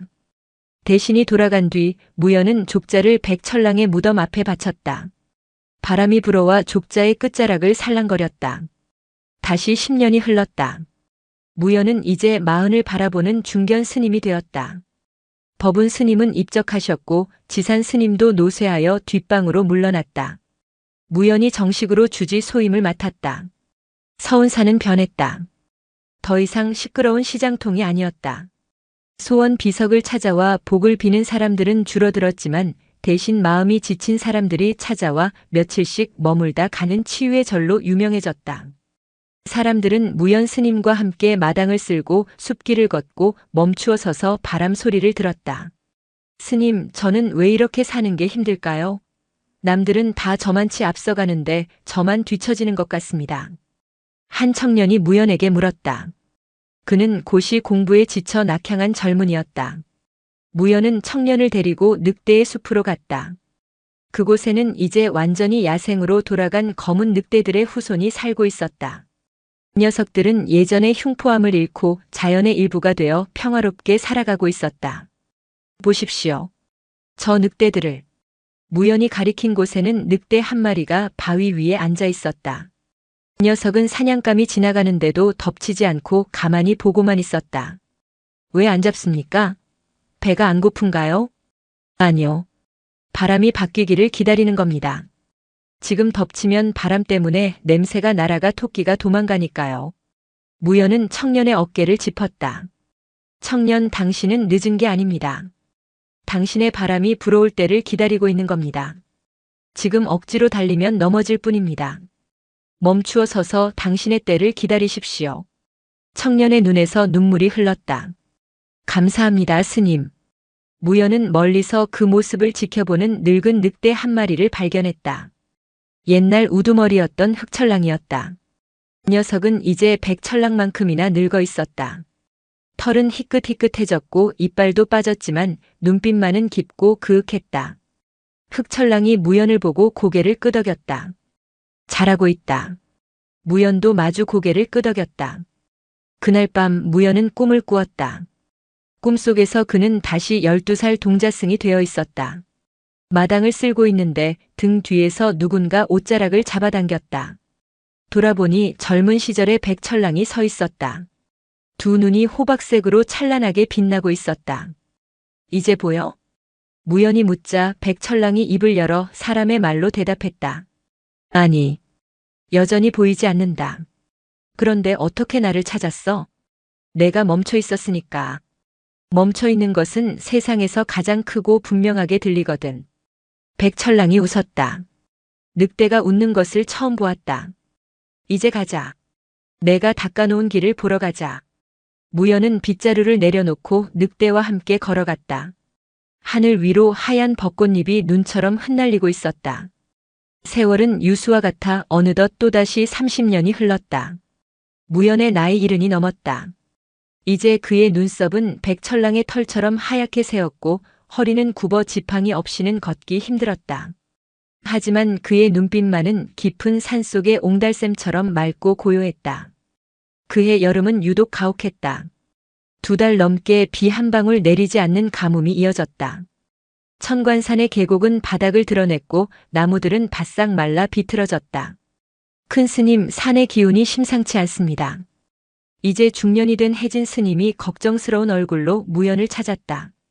혜진은 무연의 뒤를 이어주지 소임을 맡고 있었다. 산이 목말라 하는구나. 조심해야 한다. 마른 나무는 작은 불씨에도 비명을 지르는 법이다. 무연의 말이 끝나기가 무섭게 산 아래 마을에서 급한 타종 소리가 울려 퍼졌다. 땡땡땡. 화재였다.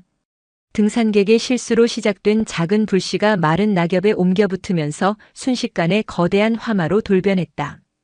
바람마저 산 위쪽으로 불고 있었다. 불이야. 불이 산으로 올라온다. 서운산은 아수라장이 되었다. 스님들과 신도들은 물동이를 나르고 흙을 퍼나르며 안간힘을 썼지만 불길의 속도는 사람의 발보다 빨랐다. 시뻘건 불길이 뱀 혓바닥처럼 숲을 집어삼키며 저를 향해 치고 올라왔다. 주지 스님, 어서 피하셔야 합니다. 불길이 요사체까지 들이닥칠 겁니다. 사람들이 소리쳤다. 혜진 스님도 다급하게 무연을 부축하려 했다. 큰 스님, 내려가셔야 합니다. 하지만 무연은 요지부동이었다. 그는 지팡이를 짚고 마당 끝 절벽 앞에 섰다.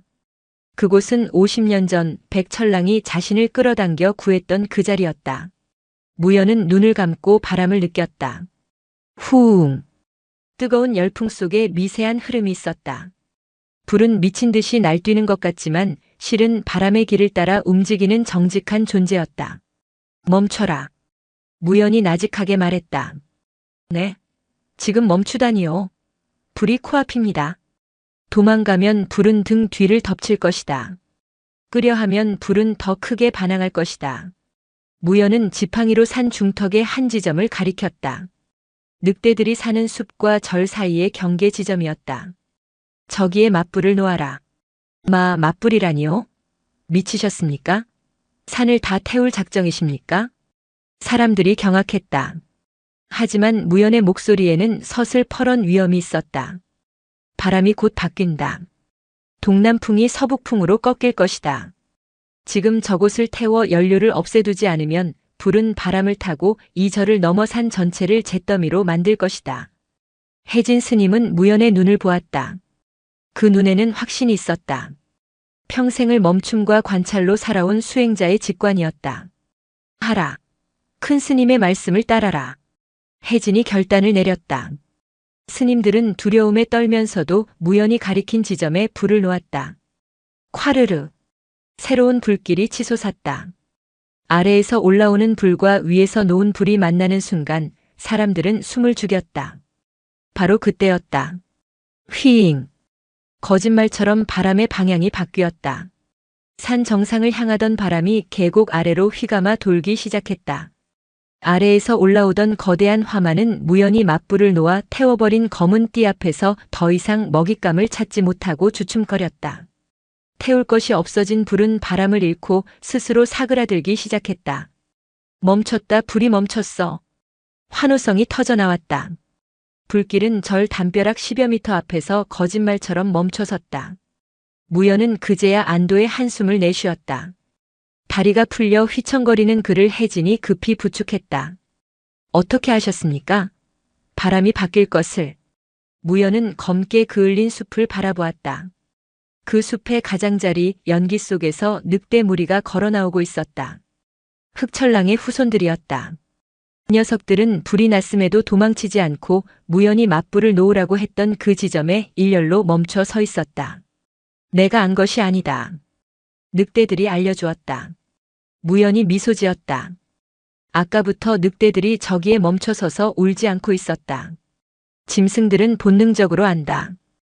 어디가 안전한지, 어디서 멈춰야 살 수 있는지. 나는 그저 그들의 멈춤을 읽었을 뿐이다.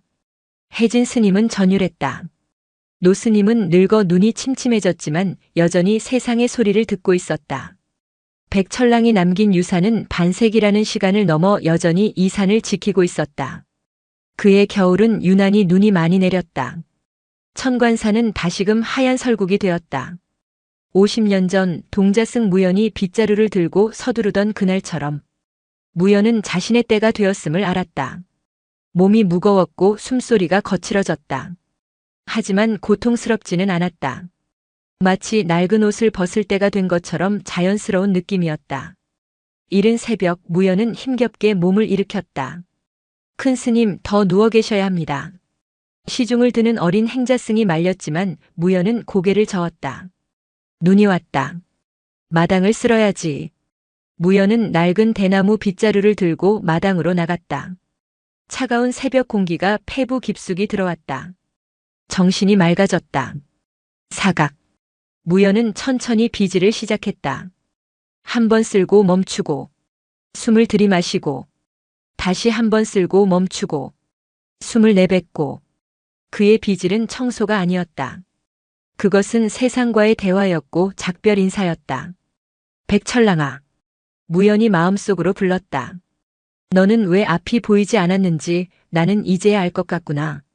무연은 비지를 멈추고 눈 덮인 산을 바라보았다. 백철랑이 눈이 멀었던 것은 저주가 아니었다. 녀석은 눈을 감음으로써 산 자체가 되었다.